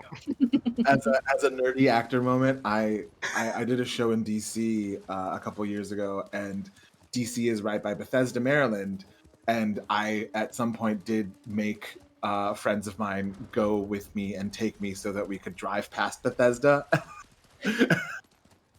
So I could be like, I'm just manifesting. I'm manifesting that they're going to be in 6, and then if they don't, that they're going to cast me, so I can be in 6. I mean, that didn't happen. Maybe but it will now. That it's not, now that it's still not coming out, I'm just using all of my everything I can to sort of manifest. I'll do it, Todd. Whatever you want me to be. Whatever. Well, folks, you've heard it here first, right? Time to clip that and send it to Todd Howard. So we can we are have, clipping. I don't know, Skyrim Norio or whatever the 6th Elder Scrolls is going to be called. Sky Oreo. We are clipping all the things, so don't you worry. It's getting sent. It's all sent. Awesome. Anyways, what's happening in this speedrun? Where are we? I went off on my, I don't know, once every couple weeks rant about Todd Howard. So yeah, what did happen? We actually went home to Omi Village, the town that Jin is actually originally from. We met his caretaker. The name actually escapes me at the moment. Can you guys help me out, really? Lady Unicorn. Yeah, exactly. And as speedrunners, we kind of hate her because she is one of the only NPCs in the game that you cannot make go faster. She will go at her own pace like it's nobody's business. You cannot hurry her along, and it's so slow, and you just sit there fuming because she does not want to go fast. Oh my god. So, nobody is rushing Lady Yuriko. Exactly. So yeah, we got our family armor back, and Yuriko then also tells us she makes some special poison to keep vermin out of their rice.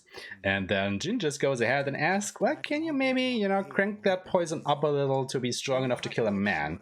And reluctantly she does. And now we have our blow dart and the blow gun and the blow darts that we can use to poison the Mongols, which will be a really big plot point just a little bit later on.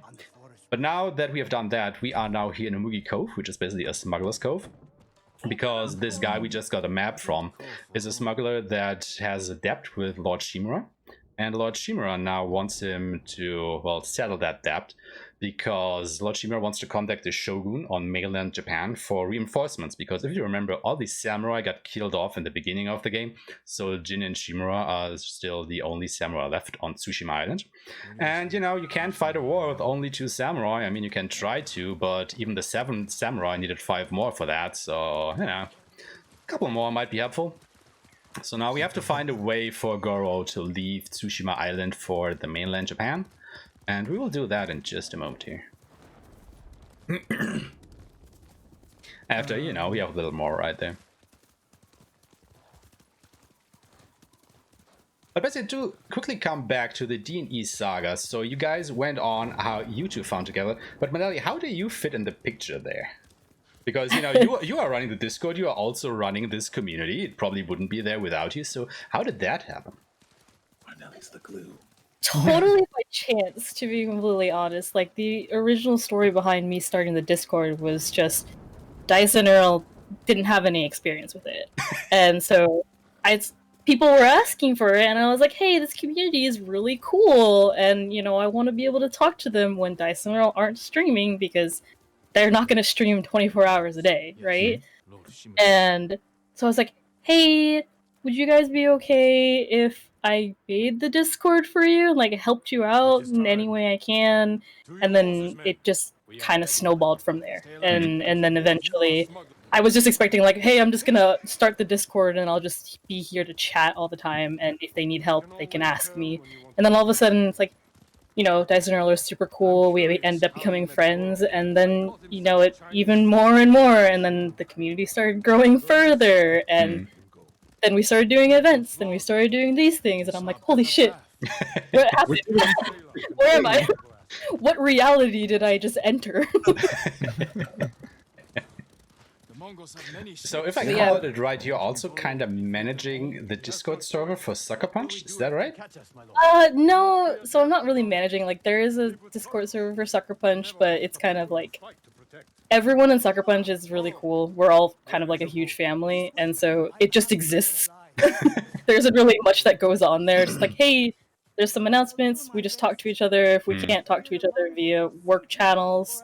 But since we've been on work from home, like, it's been easier to just talk to each other internally, so the Discord is there, but it's nothing like the Dandy Discord. Is the Sucker Punch Discord like exclusive to Sucker Punch employees, or?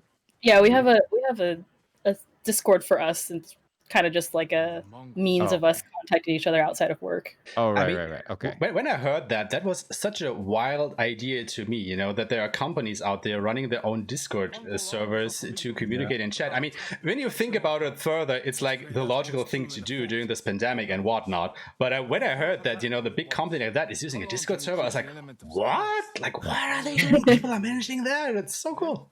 I don't know. That just kind of totally struck me as something unique. I don't know.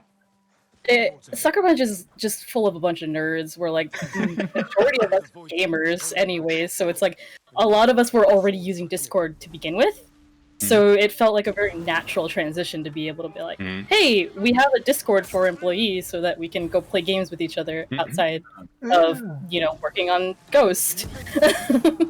What? You guys didn't work on Ghost 24/7? How dare you?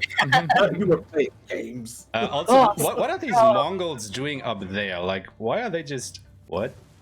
They were having a lay around. Like, they're just standing there. Oh, okay, now they're gone. Oh, please don't... please don't be the Mongols who are supposed to shut the gate. You are the Mongols who are supposed to shut the gate, aren't you? Oh, what's that mean? Oh no! I think we just live broke the game here. So. Oh no! Oh, see, yeah, okay, that happened now. Oh. Oh no! Maybe I shouldn't have done that. That was not on purpose. Oh, that was not in the script. That was not in the script. Oh no! Oh no! We gotta make up time. Oh no, we were doing so good. Supposed to shut the... Yeah, the Terrify stuff can at times break the game a little bit. So that was unfortunate. Because normally they are supposed to close the gate just like that, and for some reason they apparently became part of the encounter, which is why I could terrify them. And now Shimura is missing because he is being attacked by a dog. We are not going to rescue you, dog. No, you are going to be ended right here and now. So, all of the donation money can go to the real good dogs. Not sure these Mongolian dogs. It's like what we always say. We kill the dogs in game to save them real life. Exactly. And if you guys want to be part of that, donate more money to this wonderful cause here. Oh man. This is something like a save the animals, kill the animals scenario all over again. Oh, it totally is. In more than one sense, I guess. Getting a bit stuck there. I've been enjoying watching this bid war going on, with Team Kill versus Team Save here. So. People feel real strongly about Lord Shimura, so it makes sense. I mean, I can tell. He's one of the central characters of the story for sure. Like, You know, I think personally for me, I think the central theme is definitely the relationship between Jin and his uncle. Like everything else plays kind of second fiddle to that. So, was that something that you guys knew beforehand, or was there any special bonds that, you know, you guys made over your relationships in game? Like when you did your auditions or something? I mean, I think we knew about, you know, the overall arc of the story with Lord Shimura and Yuna, you know, in relation to Jin. But yeah, I think the chemistry between the actors kind of lent it to itself to the story itself. But yeah, it was mostly written, to be honest. It was just very well written, and we just performed it. You know, and we just got along fairly Which is well. important, of course. Yeah. I'm just noticing this gameplay, and I can't help but think of Legends. It's, what is this? This is the last mission, the Fire Spirits of Yarikawa. It's basically the same fortress that you go through. Which is pretty nice, you know? It's straight from the game. So if you know in the game where to go, you kind of know where to go in Legends. Which is also being speedrun, so there are people speedrunning the Ghost of Tsushima Legends story missions. I know. Really? Yes. It breaks my brain because it took us 5 hours to get through part 2. Oh, the raids, yeah. Well, you know, the second part of the raid is definitely the hardest for many people just because of all the puzzles and stuff you get through.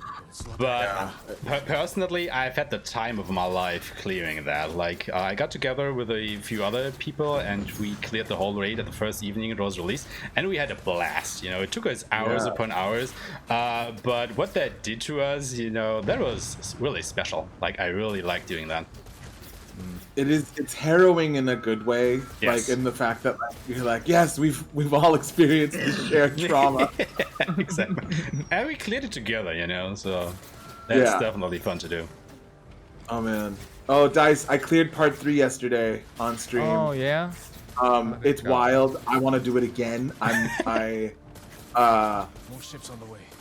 Hold on, We got it right at the last try, and everything kind of happened magically. But oh man, it was. Whew. I just gotta bring your clear time down. Yeah, exactly. Now I gotta work on time. How long did it take? We did it. We got it done in like 2 hours. Okay. We had a bunch of it was a lot of learning, curve, a lot of figuring out, a lot of dying. But you know, Definitely. I feel like Which is actually just a lot of.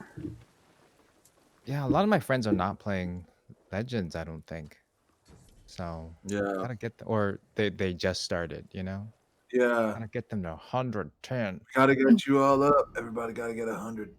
I'm ready. But it's actually kind of funny because the third chapter of the raid, right, is just the fight against Io herself.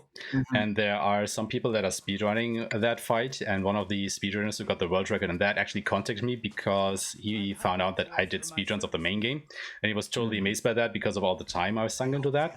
And we got to talking a little bit, and he showed me his video, and their time for just the third chapter of the raid was like a 3-minute 39 seconds run. So What? they did that really fast. I know the strat for all of those too. What did you say? Man. I know the strat for getting that time. Hey, don't tell people. I'm not. No, but no. Actually, Totally totally. It's fun. It's just like the secret formula for the Krabby Patty. You know, you just can't tell it. Yeah. Except But when you think because about it- speedrunners. Yeah, when you think about it, like when you know what to do, it's like, wow, that makes perfect sense. What the fuck? Yeah. All right. Well, maybe Yeah, all maybe right. I try to figure it out now. But I mean, you know, the dream would probably be to speedrun the whole raid with other people at one point and do that during a marathon. I think that would be wild. Because if you do that stuff correctly, it would look so good. Like, totally. Yeah. Now, 4 people in sync, That should be well. But anyway, we have now delivered our message to mainland Japan, so hopefully some samurai will shortly show up to help us reclaim Castle Shimura. In the meantime, we have learned that our old friend Ryuzo is actually holed up in a castle or in a fort near here. So Jin now sets out to tie up some loose ends before they start their assault on Castle Shimura. So, Sorry, who's that? A nest of traitors. Yeah. I don't know who he is. We barely see it. Oh. What am I doing? I'm not supposed to do that just yet.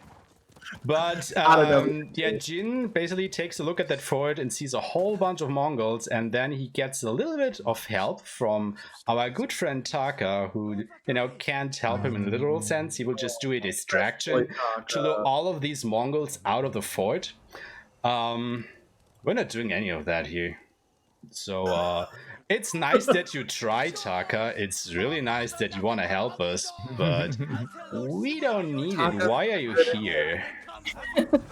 Good intentions, you know, Taka. they just open up and we will just go in. So I don't know. Just went straight in. Like, oh my god. like, The Mongols like, didn't hey, even know what to guys. do. The Mongols were like, "What the fuck?" Yeah. Straight through the front door? That's weird. Do you know that guy? Like, everyone's just like, He's acting like he belongs here, so. walks in like, is he one of the Ronin? Is he supposed to be running? He's probably one of us. Yeah, he's one of us. And once again, we will drop a smoke bomb at the end of that to get out of combat so we can actually open that gate. And now we are inside the fort, and we have this lovely audio glitch going on with the Mongols still yelling at us for the whole rest of this quest here. So, you know, you will just randomly hear a Mongol shout at us for no reason. There is no Mongol near anyway here, but they are angry. They are angry. On the other side of the camera, it's just but the Mongols are just standing there in a little semicircle, yelling like, "You." These guys. That kind of reminds me. That reminds me when I was playing Assassin's Creed 4. I was going to like trying to get to the final mission, and I couldn't get past this like one of the giant warships, and I was like, so what I did is I literally jumped off the ship and just swam to it and just cheesed the entire thing. It was so funny. I was like surprised it actually worked. Well, sometimes you gotta do what you gotta do as a speedrunner, huh? Sometimes the only answer is more cheese. Also, the enemies here are actually kind of smart in the way that they actually take away your weapons. Like, when you free yourself and get back your equipment here, all of your kunai and arrows and whatnot will get reset to their initial maximum value. So even if you upgraded all your capacity, you know, you will only have 2 black powder bombs, for example, and that holds true for all the rest also. So they actually, you know, steal your stuff. I don't know if that is intentional or not, but it doesn't actually make sense to restock before this quest because you will lose all your stuff anyway. He wasn't supposed to be here. The same actually holds true if you go to any of the hot springs. So, you know, the things where you increase your health bar, if you take a dive in there, all of your ammunitions get reset to the base value. You can still, of course, pick up more, so you don't lose the capacity upgrade, but the value that you're carrying at that moment will get reset to the base capacity that you were able to carry. I hope that made sense. I probably explained that way more complicated than it is, but that's just how it seems to work with this goddamn duck here. Let's pretend like you don't have upgrades Exactly. to capacity. Yeah, that's probably the short of it. Would you say we have about an hour or so left for the bid war? Is that a good time? Just about, yeah. Just a reminder then, kill is only $41 behind spare, or 51, sorry, behind spare for 51. Lord Chimera. So we have about an hour or so to keep that donations going and get us to try and get this close to 4K or hit 4K rather before the run is over. Yeah. Oh, man. Are you sure you did that math correctly? Because I got 49. Maybe 49 is more accurate. I don't know. I'm a therapist in real life. I didn't go to school for math, so I have no.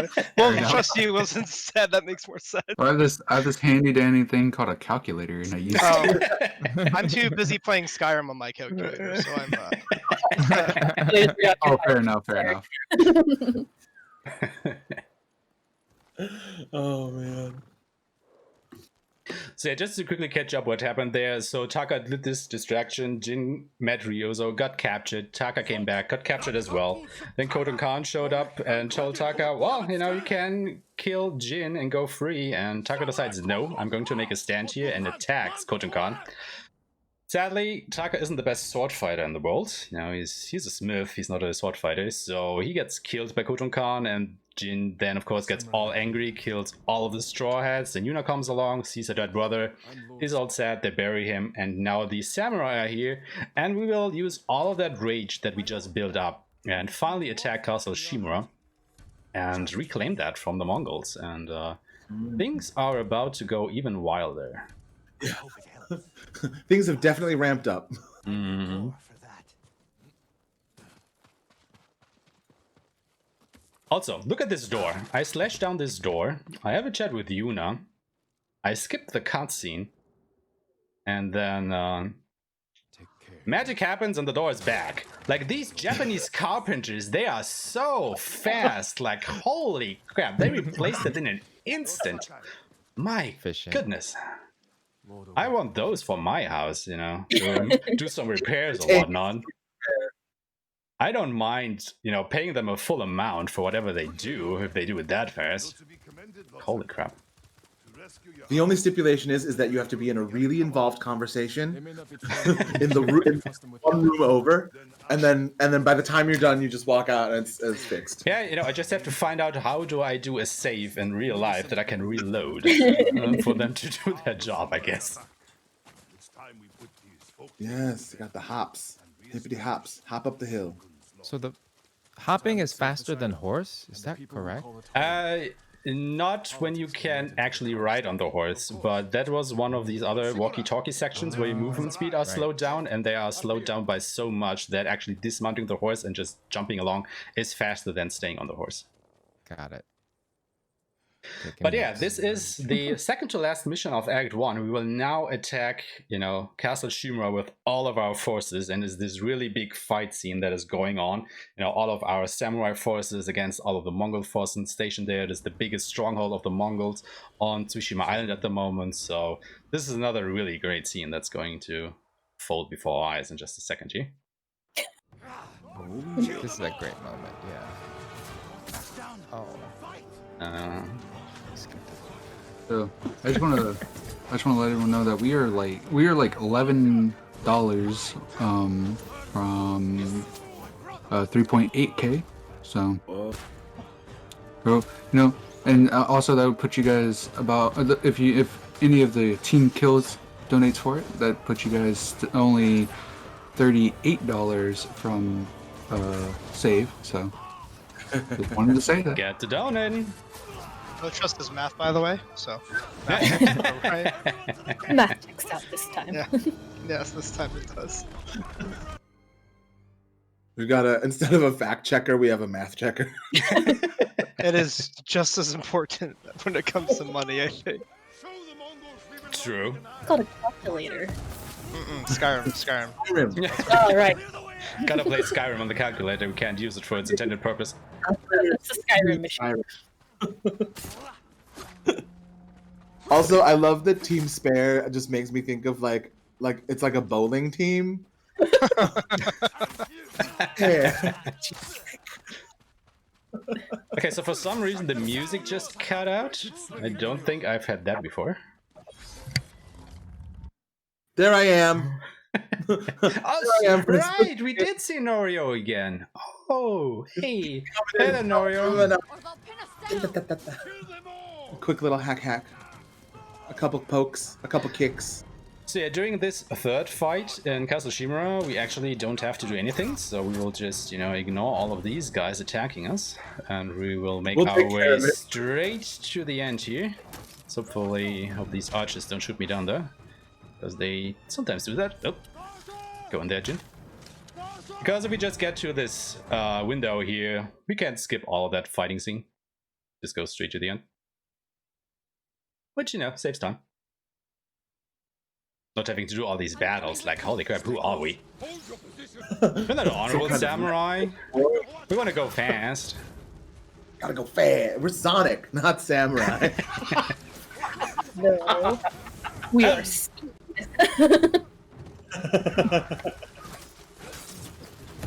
Oh, these Mongols definitely want a piece of me. Rude. No consent. I'm not into this. Time for another shooty section here by mounting the walker.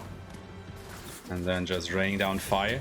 Luckily, all of our allies seem to be fireproof because we can just shoot straight at them, but they don't mind, but the Mongols do, so I don't know. Magic. Maybe Jin is just a really good shot, you know, he only aims for the enemies, even in the thickest of battles. He's a matcha marksman. Yeah, clearly, you know, the allies have like wetsuits on. They're just soaked. You can't see it. Hopefully not an oil. We got a $50 donation from Anonymous. Now that Nothing Sensible has left the chat, let's kill Dat Dunkel, putting in the kill crowd at $1 ahead of the spare. Oh my gosh! All right, this is turning. This is like real serious now.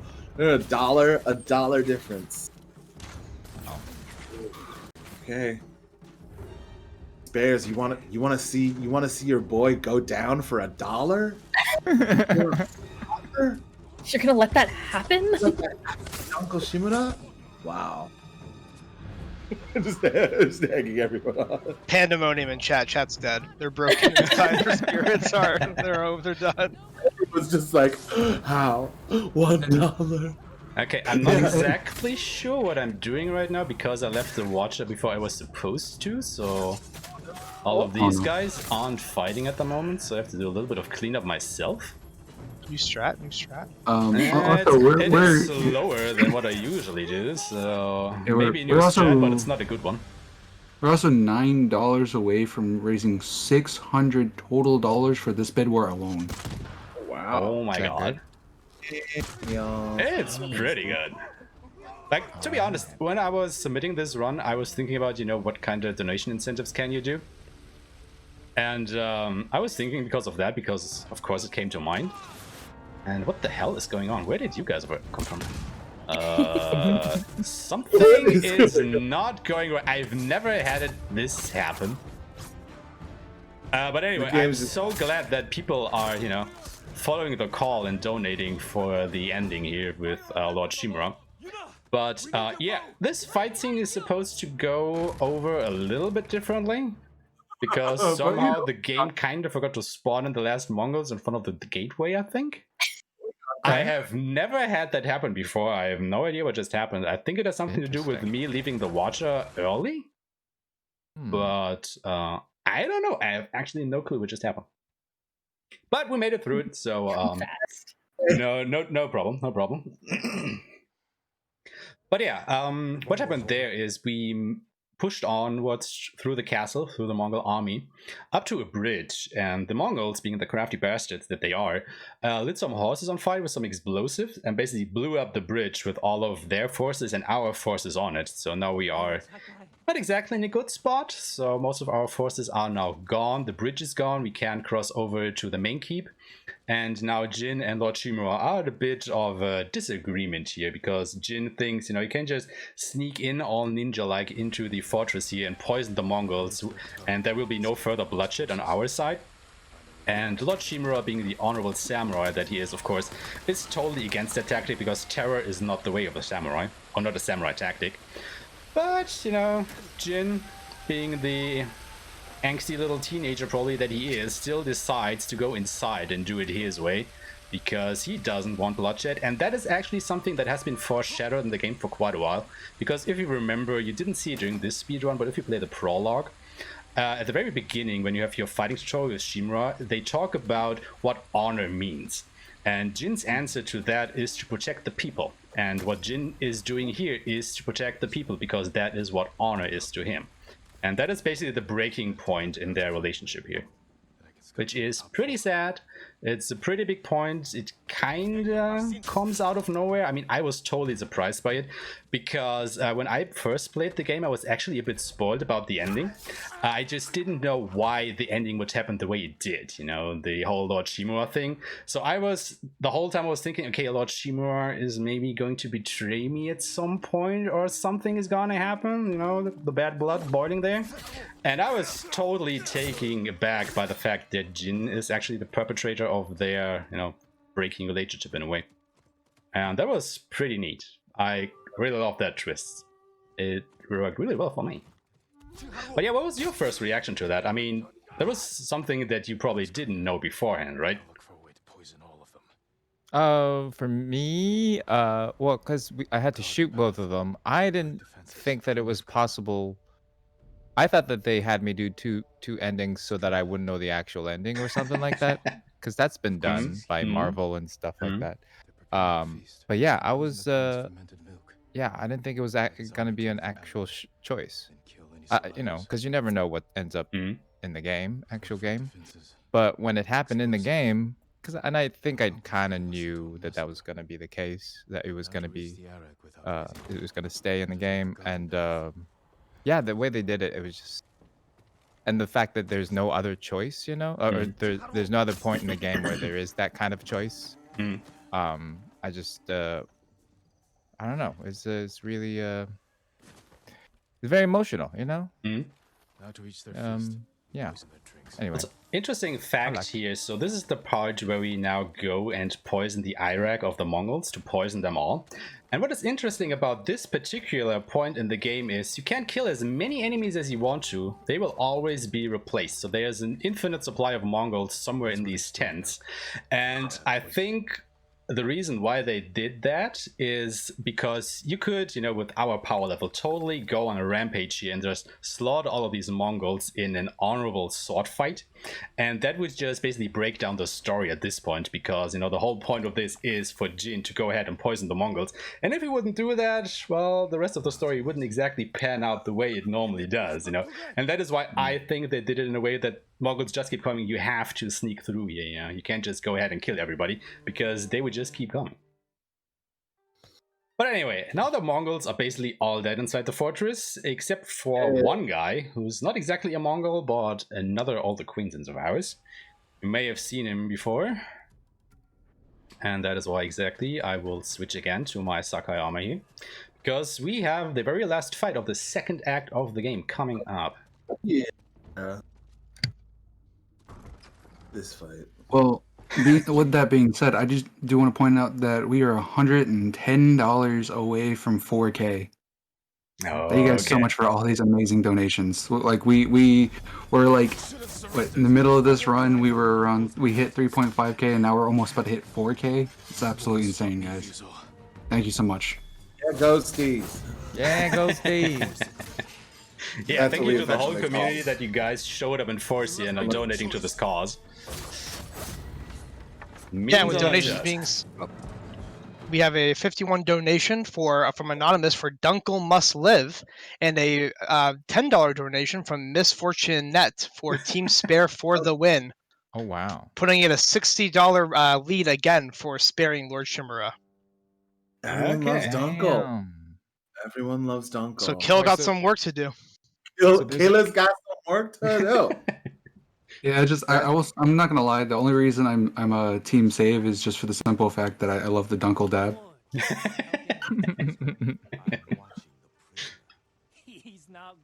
Understandable. Yes, so what happened there is we finally killed Ryuzo, and then Shimura shows up and sees, of course, along with all the other samurai, that Jin went ahead and poisoned all these Mongols. You know, he broke the samurai honor code, and now he has been taken captive by Lord Shimura. He basically surrendered willingly. And yeah, our relationship with our Dunkel is basically done, because we denied him adopting us, because, you know, there is just no going back on what we did. But Khotun Khan is still alive. And do you guys actually want to tell the viewers who the hell Khotun Khan is? I mean, we've never seen this dude so far. We've only maybe heard his name somewhere, but who is that actually? Khotun Khan is played by the incredible Patrick Gallagher, who we all know and love from Glee, Night of the Museum, many other things. He's the greatest. But good old Khotun Khan is a fictionalized relative of Genghis Khan, I believe. Yes. Yeah. Yes. Yeah. I was like, I was like, oh god. But in the story, how is he related to Genghis? I forget. Is he the grandpa? I think he's. I think he's the grandson. No, Yeah. right. So Genghis He's is a son grandpa. of Kublai? Right. Is that son the- of Kublai. Also, we now Right? skip the saddest cutscene in the game because, you know, we are now a fugitive on the run and we get our horse and we basically escape from Castle Shimura. However, our horse gets shot and we basically ride it to death while escaping from the castle. So F's in chat for poor trusty Nobu. F for Nobu Deluxe. Nobu. Oh, Nobu. Oh no. If you're feeling sad about the horse going, you can always save the animals with the Go Rescue by donating. Exactly. Wow. Good Beautiful plug. segue. Also, Beautiful to be totally honest, I am so glad that we are speedrunning New Game Plus, because if you speedrun the New Game version, you can't skip any of the cutscenes, so you have to watch this cutscene every time you speedrun the game. Oh, thank God we can skip it, because I'm not ready for that level of emotion coming out of me at this early in the morning. I say it a lot, but I've seen that scene so many times, and every single time it still kills me. I was Yeah. so ready for you to say that you are dead inside to that scene, and that would make me so sad, but I'm glad that you can still feel emotion about that. I mean, sometimes the game does make me feel a little dead inside, Mm. but Not that scene. I will say it's a good thing that you can skip the cutscenes because I still yet to play this game and I do want to have kind of a that you know immersion or that blindness of the playthrough, you know. You Totally. haven't played any of my guys, so that'll be something for you to enjoy. Mongols learned how to make my poison. So yeah, Jin was actually yeah, imprisoned for a few days or weeks or here, and in the meantime, the Mongols now learned to make the same poison that Jin just did. And even though we got poisoned ourselves, that doesn't Jin from just, you know, happily rolling around the ground here. So even we are just literally vomiting blood, can still roll around the ground, you know. The guy can take it. He's just having some balance issues. Also, to quickly touch on the fact how you heal yourself, you know, you can spend one of your resolve points to gain back a little bit of your health, and that is basically just Jin walking it off in a way. You know, he just stretches a little bit and he's okay again. And I find it somewhat funny that in the third act you can get poisoned, you know, with these poisonous arrows, and you still basically just walk the poison off and he's good to go again.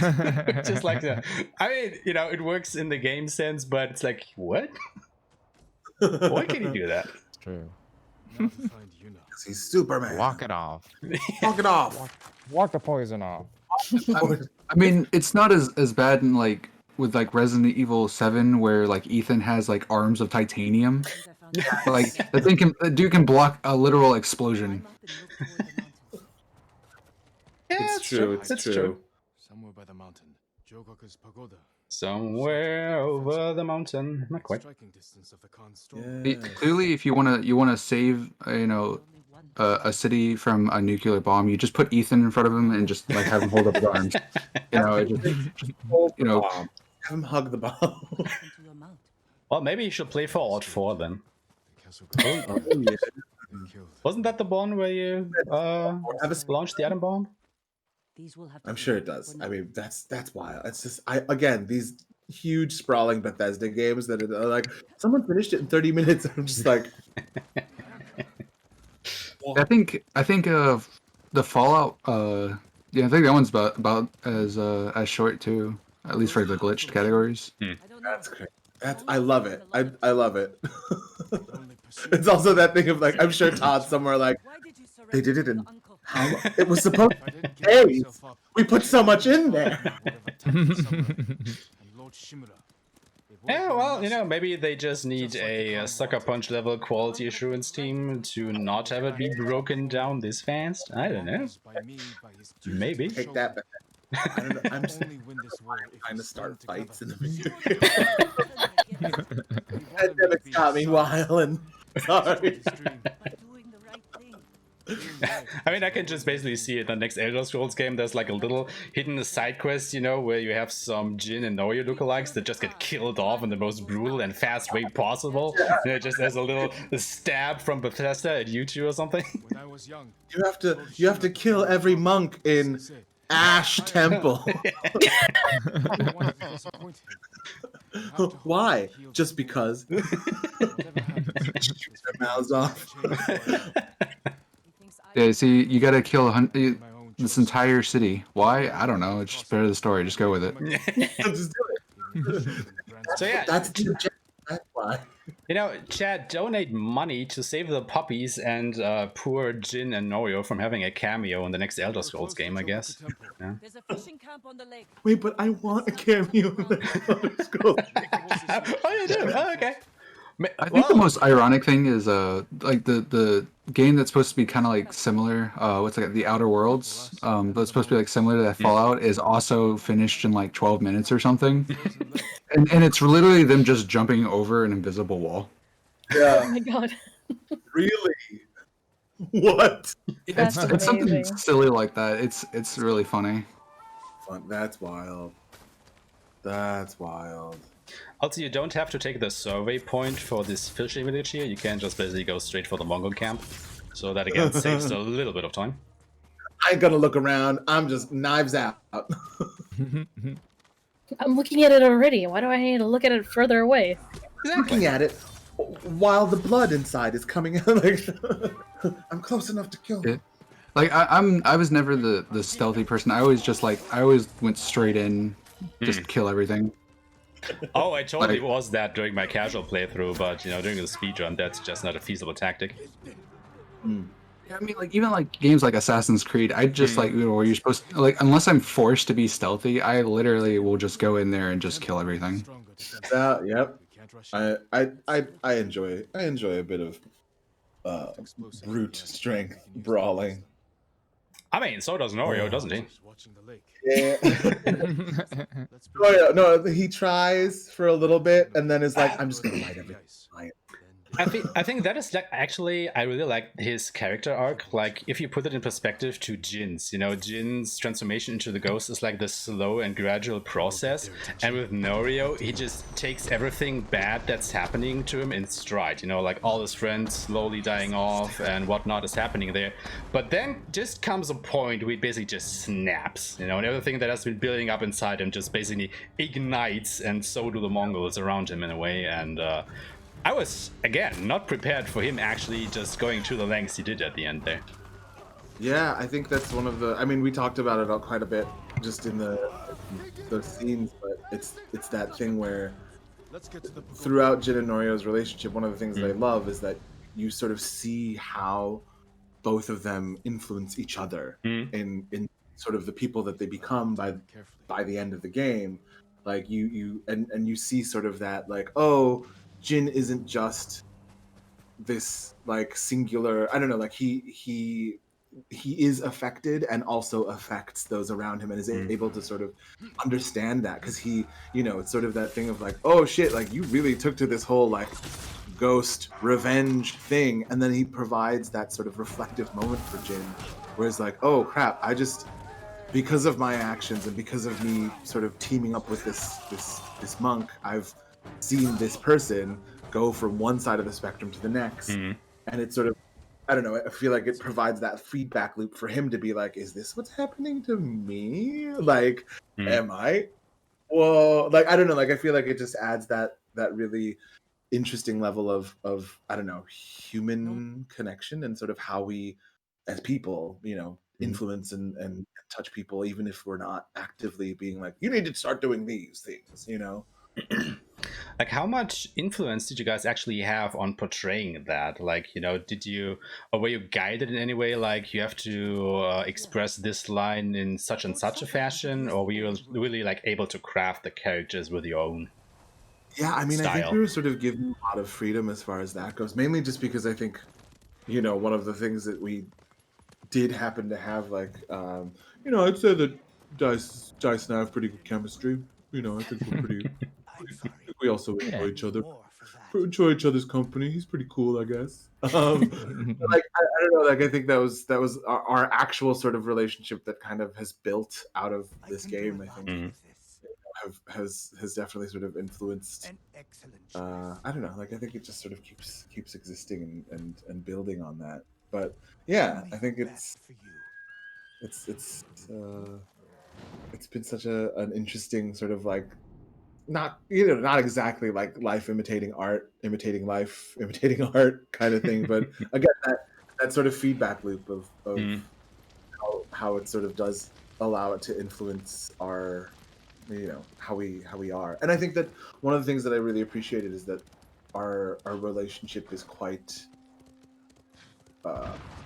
tender. Like it's very and it's sort of rarely seen in that, like, we talk about our feelings and we talk about missing our family and trauma that we've shared, and I feel like it's a thing that often doesn't get seen in a lot of media of just two men sort of being able to be communicating like that. I mean, it's basically, I think, true also for the situation that every one of us is in right now, with all the lockdowns and COVID and something, just the human aspect of it all. Like, I can certainly tell from myself that it has done different things to me, not being able to see my friends whenever I want to, or even my coworkers, except for all of these Skype calls and Zoom meetings and whatever the hell all of us go through at the moment. But, it's not exactly the same than meeting face to face in a way. Yeah. Oh yeah. Sorry, I was just catching up on chat. I just saw that the spare is indeed lead by $50. So Team Kill, if you want a Team Kill to get in there, you gotta get $51 in. $51. $51. So yeah, you have not half an hour left. So Also, get those donations in. 4,000.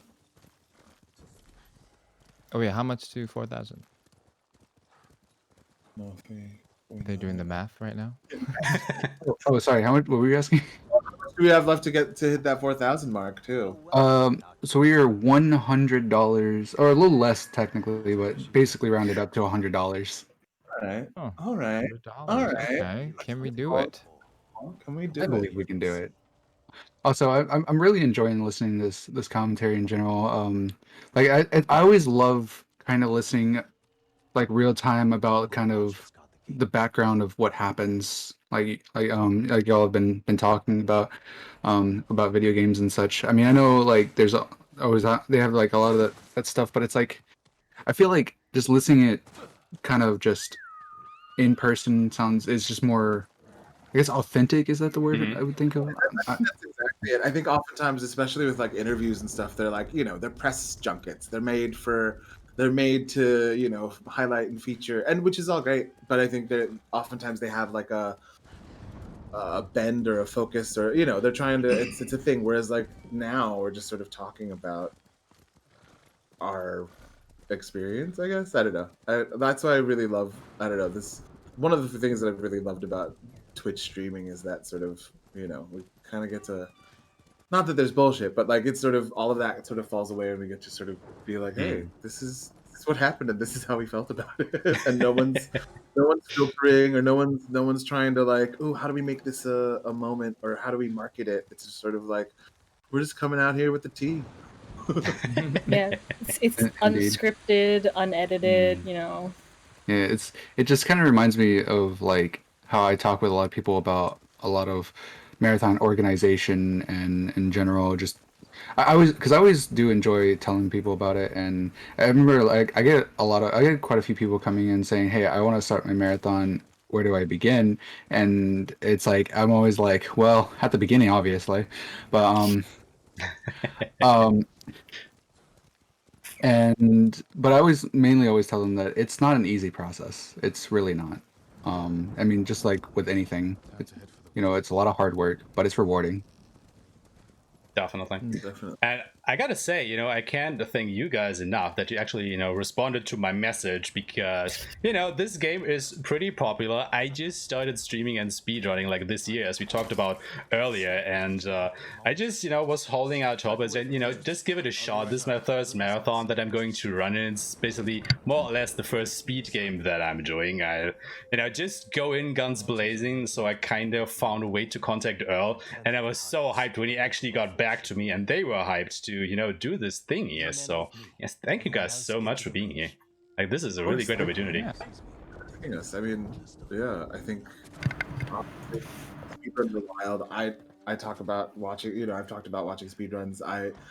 But at the same time, it's for charity and we're helping doggos, and how could we not?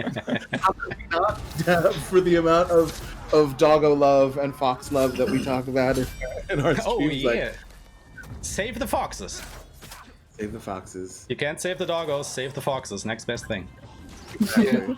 Like they always say, foxes are cat software on dog hardware, so of course you also save the foxes. True. That is true. Ugh, and they make their little squeaky noises. Like, ugh, I can't. They kill me. Also, did they add? Question, Marnelli, do you know this? Did they add or did they intensify the fox noises when you get to a shrine? Because I feel like I've just been, or maybe it's just the PS, like because I've been playing on PS5, I just notice it more. But like I've definitely like been like that. This is a chattery fox. Like, I mean, I don't think there was anything post-launch that we added in, but there has to have been something to be like, hey, I'm over here, because I know something that a lot of people ran into is because they're small little foxes, they're little creatures, they could very easily get lost in the grass. The moment you lose sight of it, it's like, where the hell did it go? True. But I love it. We got a $74.32 donation from anonymous Team Kill Dunkle for Life, putting the kill category ahead by a total of $14.32. Putting our $4,000 goal donation by $25 away. Oh, for come the end on, of this guys. run. So 25 more dollars and we hit 4,000 for the run. We have a little over 20 minutes left, so you can definitely do that. That's like $1 per minute, and we are there. Wow. I'm sure. I was about to ask what's with the very strange specific number, but then it made sense when it's like, oh yeah, now it's only $25 left. Like, oh, okay, I get it now. But yeah, it was $25 before the end of this run, and also, like I said, if your team's fair, get your donations in. Gotta work again. Or he don't die. Watching some of these Mongols run away is just such a funny, like... They're going as fast as their legs can take them. They're pretty funny when they're running. Well, especially when they go extra zoomy on you. Yeah, it's like, I think of the, what is it? Benny Hill theme. Pretty much. If I remember correctly, the exact name for that is yakety sax. Yes. Yeah, that is the proper name for it. I love it. It's such a great, sound clip. Instantly recognizable. Yeah, but yeah, right now kill is $14.32. I was kind of half paying attention to what LMS was saying, but I just want to remind everyone, $14.32. So you get $14.33 and penny ahead. Start being penny bits. Oh my god, can you believe this bid war being decided by 1 penny? Oh my god. I feel like I'd be real about it. Yeah, I could see it happen. Definitely. I mean, I literally watched there was like the Ramza character name incentive was probably the next like hottest bid war, and that one won by like $10. Okay.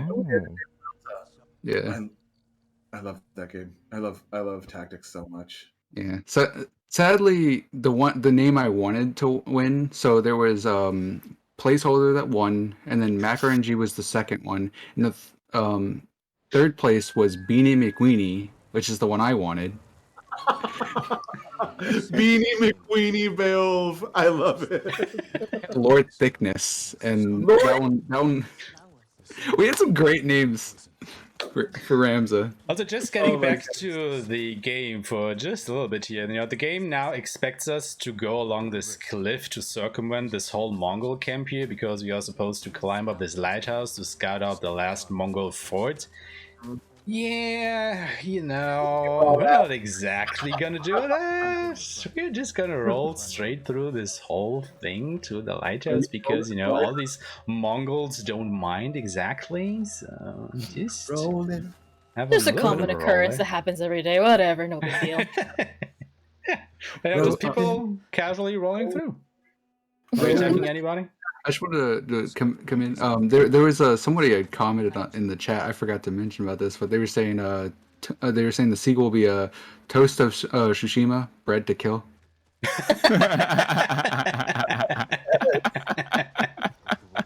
Tsushima would be such a bread to kill. It's so good. Like a stop motion toast based animation. I just imagine like you ever played that game I Am Bread or seen it? Oh yeah, that's exactly where my brain went to. Exactly. That's what my brain went to. Except for it's just Jin Sakai's face on the toast. What would toast weapons be? Toast weapons. You clearly have a French bread. That would be the sword. Would be the French bread. Butter. I feel like butter would be like a butter attack. So like it's sort of the fireworks. Obviously, that's the butter is the fire. Just melted butter. Molten butter is quite hot. Oh yeah. Okay. Yeah. And you probably got like cinnamon is the smoke bombs. No. Oh god. All right. Are we now just making? Are we developing a spin-off? Well, if we aren't gonna do it, somebody will now, because you know they further on the internet, and once it's on the internet, somebody is going to do it. So you know, be quick, get the trademark in before somebody else does. Oh man. Okay, so what kind of big? I can say right now, Sucker Punch is like, write that down. Write that down. Also, just to go quickly back on the bid wars, Kaze, I think, was the second most voted horse name. Yeah. Oh yeah. All right, because you know poor Nobu died in our noble quest here, and now Yuna gives us a replacement horse that we can name again, so Kaze can now be our second horse. Also, the one thing that I and a few others really dislike is, you know, you get this really cool horse at the start of New Game Plus, which, you know, we find out dies, and then you cannot select it again here. It's only the same standard horse selection. Like, where's that cool horse, man? Oh, yeah. Where's my we got, black one? So this is really hype. A few things just happened. So a donor war began. $5 from Anonymous was to make sure that Uncle dies, kill Shimura for life. Was swiftly countered again by Miss Fortunette for $25. Save the doggos and Dunkel, which broke our 4K benchmark. And also saving Dunkel ahead by $5.68. So we are slaying it this run, figuratively, I guess, at this point. $5. Yeah, we did it. $5. A $4,000 hype for this run, guys. Thank you so much. That is awesome. But we are still not finished, so 5,000 next. You know, we got about 20 minutes for another $1,000 to donate. So you know, guys. Those doggos need that money. This should be updated now. This coming up, Heart of the Jito, is probably my favorite quest as a speedrunner because it is so broken. Oh boy. I have updated it to 4,500. So it's kind of hard to go for 1K incentive as the next goal. So I'm just doing increments of 500. But you guys are starting to make me believe that maybe we should have gone for 1K. You guys have been going absolutely amazing with this. Thank you guys so much. So anyway, to quickly go back to the story here. So what's happened now, we scouted out the Khan's fortress, so to speak, in Port Izumi. We know that a storm is coming up, so probably all the Mongol fleet will be in the port when that storm is there. So that is like our time to strike. You know, all the Mongol forces will be gathered and we can get rid of them in one fell swoop. So Jin thinks, you know, I still love my uncle. Maybe I should go back and talk to him. Just give him a message so that maybe he will still join us in defeating the Mongol forces together. So even though we escaped, well, we basically infiltrated Castle Shimura, we escaped Castle Shimura, and now we are infiltrating it again in the span of about 30 minutes. And we are not supposed to kill any of these samurai here. You know, we are going to do this all sneaky, like nobody is basically allowed to see us when we deliver this message. However, samurai are kind of stupid. So, as you can kind of see when I get inside the keep there, they are, well, interesting stuff happens. Let's just leave it at that, and you will see in about a minute or so when I'm actually inside. So we will here now take the same exact route that we took when we infiltrated it the first time at the end of the second act, when we actually became the ghost. So this is basically the exact same movements, the exact same path that we do. So just, except it will diverge in just a second here after we traverse this cliff. Right, the jump. People are asking for a bit of a warning, by the way, like a couple minutes before we do close the donation bit. I think some folks are trying to snipe it at the end. It's still a ways out. Yeah, everyone's scheming. Here we will just jump on this rock and then jump on the roof, so we don't actually have to go through the fortress. At this point, I'm just expecting to see like 50 different like $25 donations, just like right at the end of everyone just trying to snipe it. I'm waiting to see those petty donations. Yeah.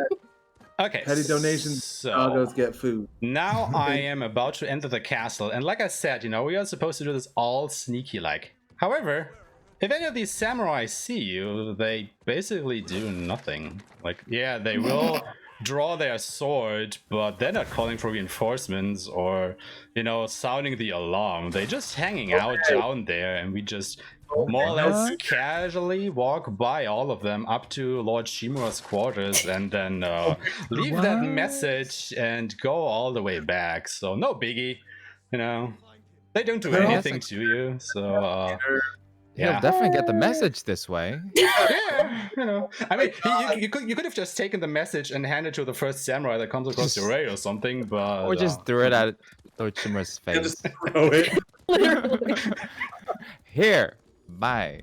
I mean, I don't know if this is supposed how these samurais are to act there. I kind of don't think so, but we are so glad that that's the way because, you know, it's kind of funny. And sleepy, they just had a big meal. They all just, like, they see you go, they see Jin go by, and it's like, isn't that? I don't know. Never seen the guy. Never seen the guy in my life. To be fair, they probably don't know who he is because they came from the mainland, right? They have no idea who this guy is. They're like, true, right? True. Is that what happened? Okay. That's a fair point. That's a fair point. That guy's real energetic. I don't know. He's been jumping the whole time. But... He's a really good-looking samurai. Just walking. That's the handsomest samurai I have ever seen. But yeah, we are closing in fast on the end of the game. There are only two quests left that we have to do, and they are, of course, the big ones.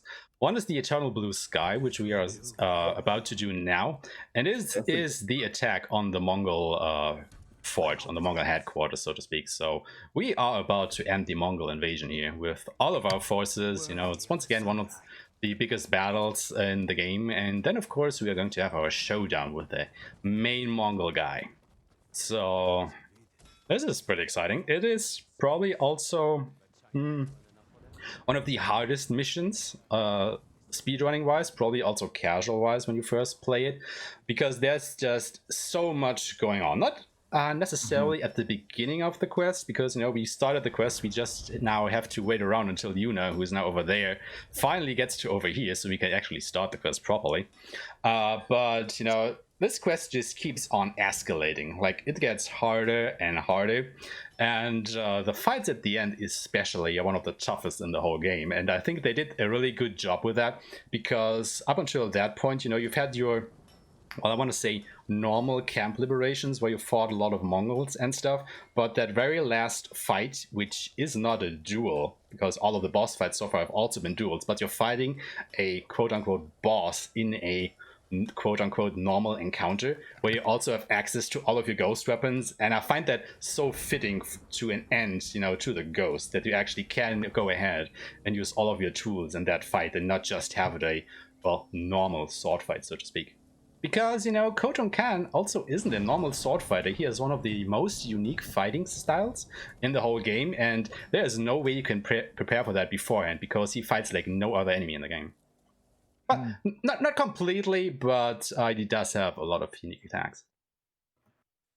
So yeah, We have a well done. $6 donation from Anonymous. Why won't you just die? Kill Devil. And then we have a $5 donation from Nordskaya. Maybe there's no right ending. The fact Jin sees a choice is what mattered all along, but actually Team Spare. And then we have a $20 donation with good luck and save the puppers with no incentive put to it. So we may clarify that, but so far it is still Team Spare in the head by $5 and some odd cents. So just as a heads up, the donation incentive will close at the end of this quest, because I will need it for the next one. So, you got about 5 to 10 minutes to get those in. Also, I would jump up here and look straight across intentionally, so all of the Mongol reinforcements spawn over to the left, where this explosive barrel actually is, to, set them ablaze real quickly. Also, that $20 donation was actually put into Team Kill. Wow. Oh. Putting Team Kill at a total of... I have to do math, never mind. Math is hard. $401.32. Oh. So Team Kill is ahead by about $14 or so. Wow. Oh man. Getting spicy. Come on, Team Spare, you can do it. I believe. Yeah. Yeah, we're getting down to the wire. If Team Spare were to do a nice chunky $16, they would clinch it by 70 cents. So, Oh god. Not that anyone's saying anything, but yeah. Alright, so now that we have dealt with the Mongols here, we will now properly sneak into Port Izumi to finally confront the big bad. This is what's all the game has been leading up to, so we are coming really fast to the duel against Khotun Khan, and it's going to be interesting. Oh.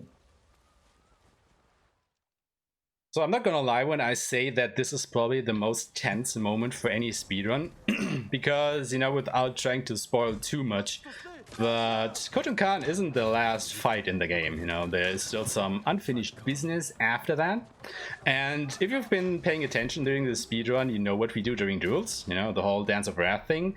And we basically have 2 duels back to back. We only have a duel, then we have the other fight on a boat, and then we are immediately thrust into another duel. And of course, I want to have as much resolve for those fights as possible to go fast and also go safe. So this is a really tense moment during the speedrun, and it's right at the end, and it always gets your butt clenching if you are going to get a good time, because I've definitely come through this quest 20 minutes ahead of my PB, lost about 10 minutes during one of these fights, and that was sad times, because if you've been playing for 7 hours with a 20-minute lead and lose 10 minutes, not fun. But the game demands perfection right until the very last moment. We have a $20 donation from Danny for the dogs, but also Save Shamira, and a $25 donation from Misfortunate again. Didn't we have enough dare this year? Spare. Putting Spare ahead of by $29.70. Oh wow. Dare? Are you sure that's not death? I'm pretty sure that's Who is Spare. that dude? Who is that? Like, I've never seen that guy in my life. Who am I even fighting now? Yeah. Anyway, this is Khotun Khan. He's the main bad guy. What we will do is we will charge up this kick. Hit him. Hit him. Switch stance. Hit him some more. Switch back. While he is talking, we will do a Dance of Wrath. Yeah. Alright. Hit him. What are you doing, Jin?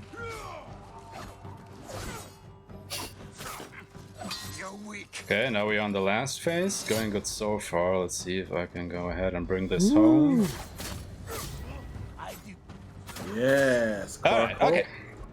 That fight is deceptionally hard. Like, it might not have looked that way, but that's not easy to do. Well and done. Now, I want to get as much resolve back as I possibly can, because we are not done yet. So this is always a bit tense here, with all of these dudes, you know, killing me right there. Okay, there goes the first real death of the run. Ooh. Oh. No.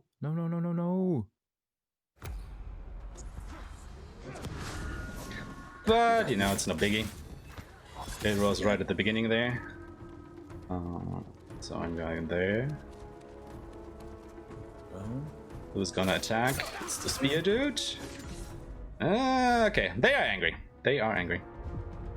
But I think this is a really good showcase to actually show you guys how hard this game can actually be. Because if you are not on your toes, you know, if you don't bring your A game, this game will kill you really quickly. I mean, I think I've made the game look pretty easy so far with all of the bomb throwing I did and whatnot, but it's far from that easy normally.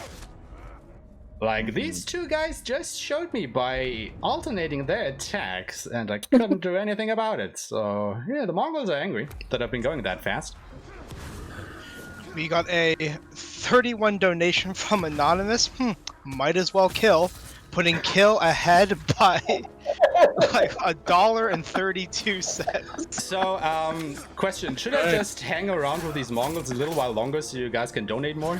You know? I mean, if you don't care about world record or PB, I don't care, man. You stick around. I can stretch this out a little, I guess. No, go for the speed run. Record. Who are you? Jin's the speed.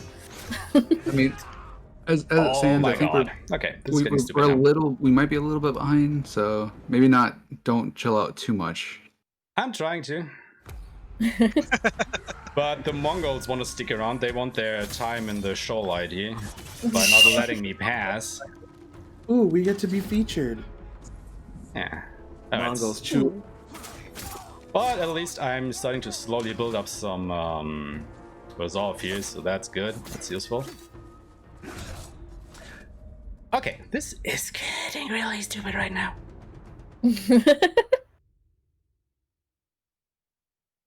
Well, this has never happened before. We finally have that moment now. They are just sticking so close to each other, not letting me pick them up. What did that guy just do?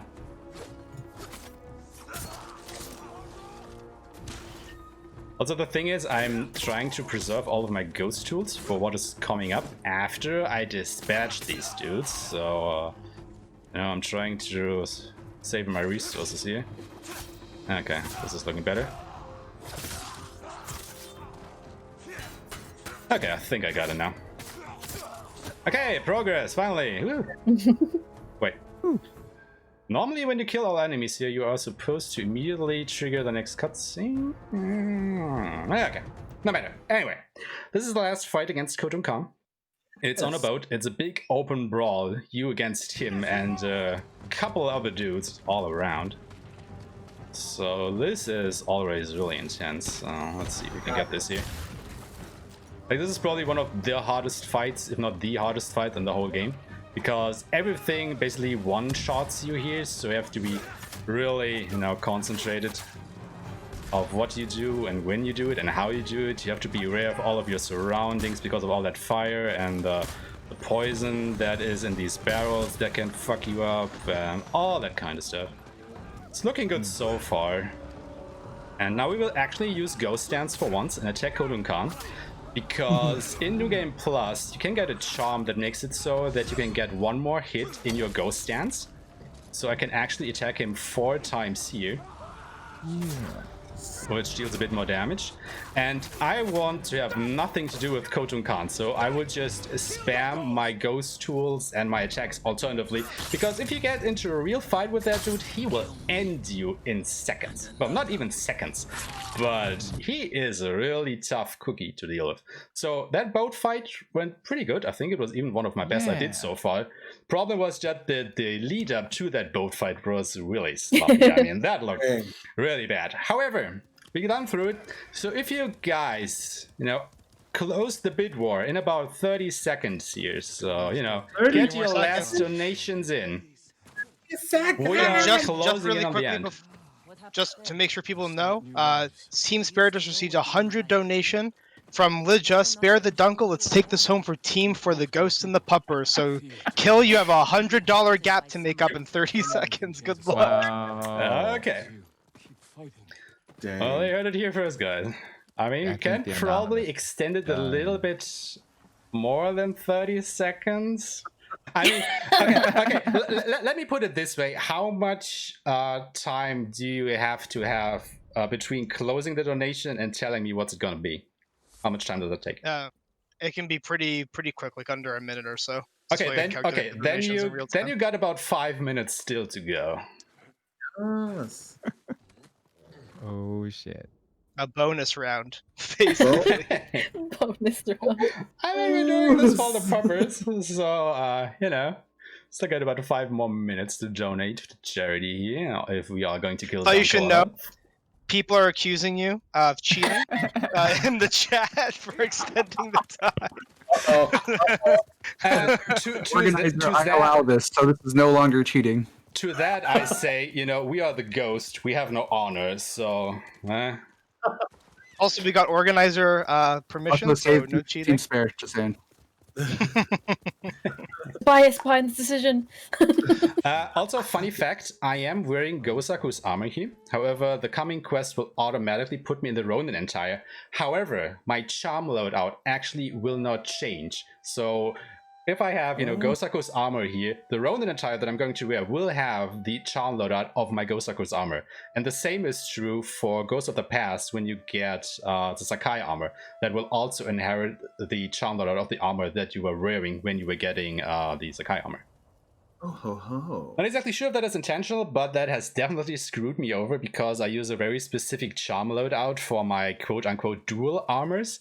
And I was in a duel and I was thinking something is off. Like, the damage that I'm doing and stuff doesn't add up. And I was trying to figure out what was happening, and then I somehow checked my charms, and yeah, I definitely was wearing my, ghost armor charm loadout in my Sakai armor. And I was like, what the hell happened? And yeah, that is somehow due to you getting that armor and the charm loadout not updating. Which kinda works for us, because if you remember, when we did the Ghost of Yarikawa, I had the Sakai armor on for the duel against General Temuge. And afterwards, we immediately went over to Ghost from the Past to Omi Village to get the Sakai armor itself. And since I am basically switching the same armor around, my charm loadout, of course, doesn't get switched. And that is why I was still wearing the Sakai armor on my way to Omi Village and only switched back to the Ghost armor after I had acquired the Sakai armor again. So here we are with Lord Shimura. We have killed Khotun Khan. We have basically more or less ended the Mongol invasion. There are still Mongols out and about, but they have basically lost their head, so to speak. And we're having just, a little talk with Uncle here. And he informed us that the Shogun decided to disband Clan Sakai, so Jin is no longer a samurai. And he's pretty sad about this, of course, because, he's basically sacrificed everything that he stood for his whole life in order to save his people. And of course, all of his belongings, his house and his lands and whatnot, will be given over to the new samurai that will come over from the mainland. So we will take this last opportunity to say goodbye to our home, go to the cemetery, say our goodbyes to our dead father and mother and whatnot. And I think once I get to the cemetery down there, it is time to finally close that bid war. So once I get to this red tree, why don't you then go ahead and close down the donation? Just before we do, I just want to let everyone know we have raised, just from this bid war alone, over $1,000. Wow. Everyone. That is what I wanted to hear, exactly. And just because people are so dedicated, with donations from Misfortunette for $50, spare, $1 from Anonymous, Team Spare, show me the way. I'm going to spare. Thank you, Team Spare. Spare is in the lead by $149.70. Wow. So, So- could you donate the? Could you close that bid war now? Please. It is closed. Oh dang! Okay. Wow, I mean, Spare you can win. donate too if you'd like. So what did win? Spare one. one. Spare one. By Okay. $582 total dollars. Okay, so time will come up when I make my choice after we have had our last duel against Lord Shimura here. It is pretty sad because, Lord Shimura has been ordered by the Shogun to take our head to show his loyalty to the samurai, to the Shogun. And, yeah, of course, Jin is having none of that because he likes his head. He wants to keep it. So Also, we have a now bit to off- fight our uncle. And this is basically off the topic toughest here, duel in the game. So let's see how Dunkel treats us here at the last few minutes or seconds I don't want to hurt of the game. Oh, going for the stab.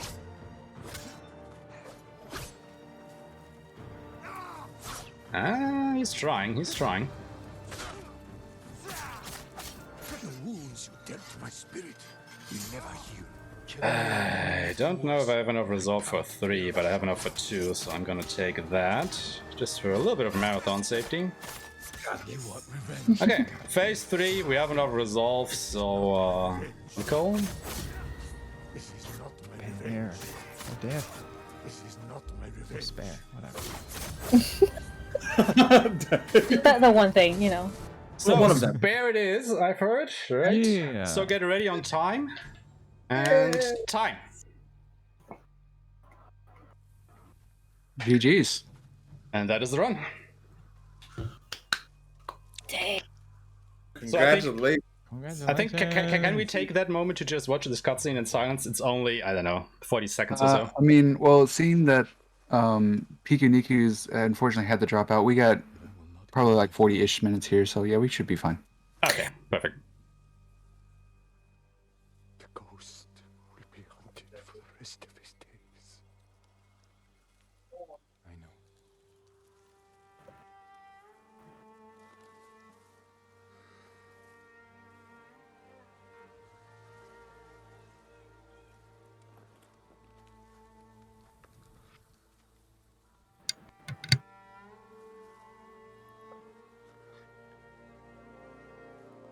Let me see.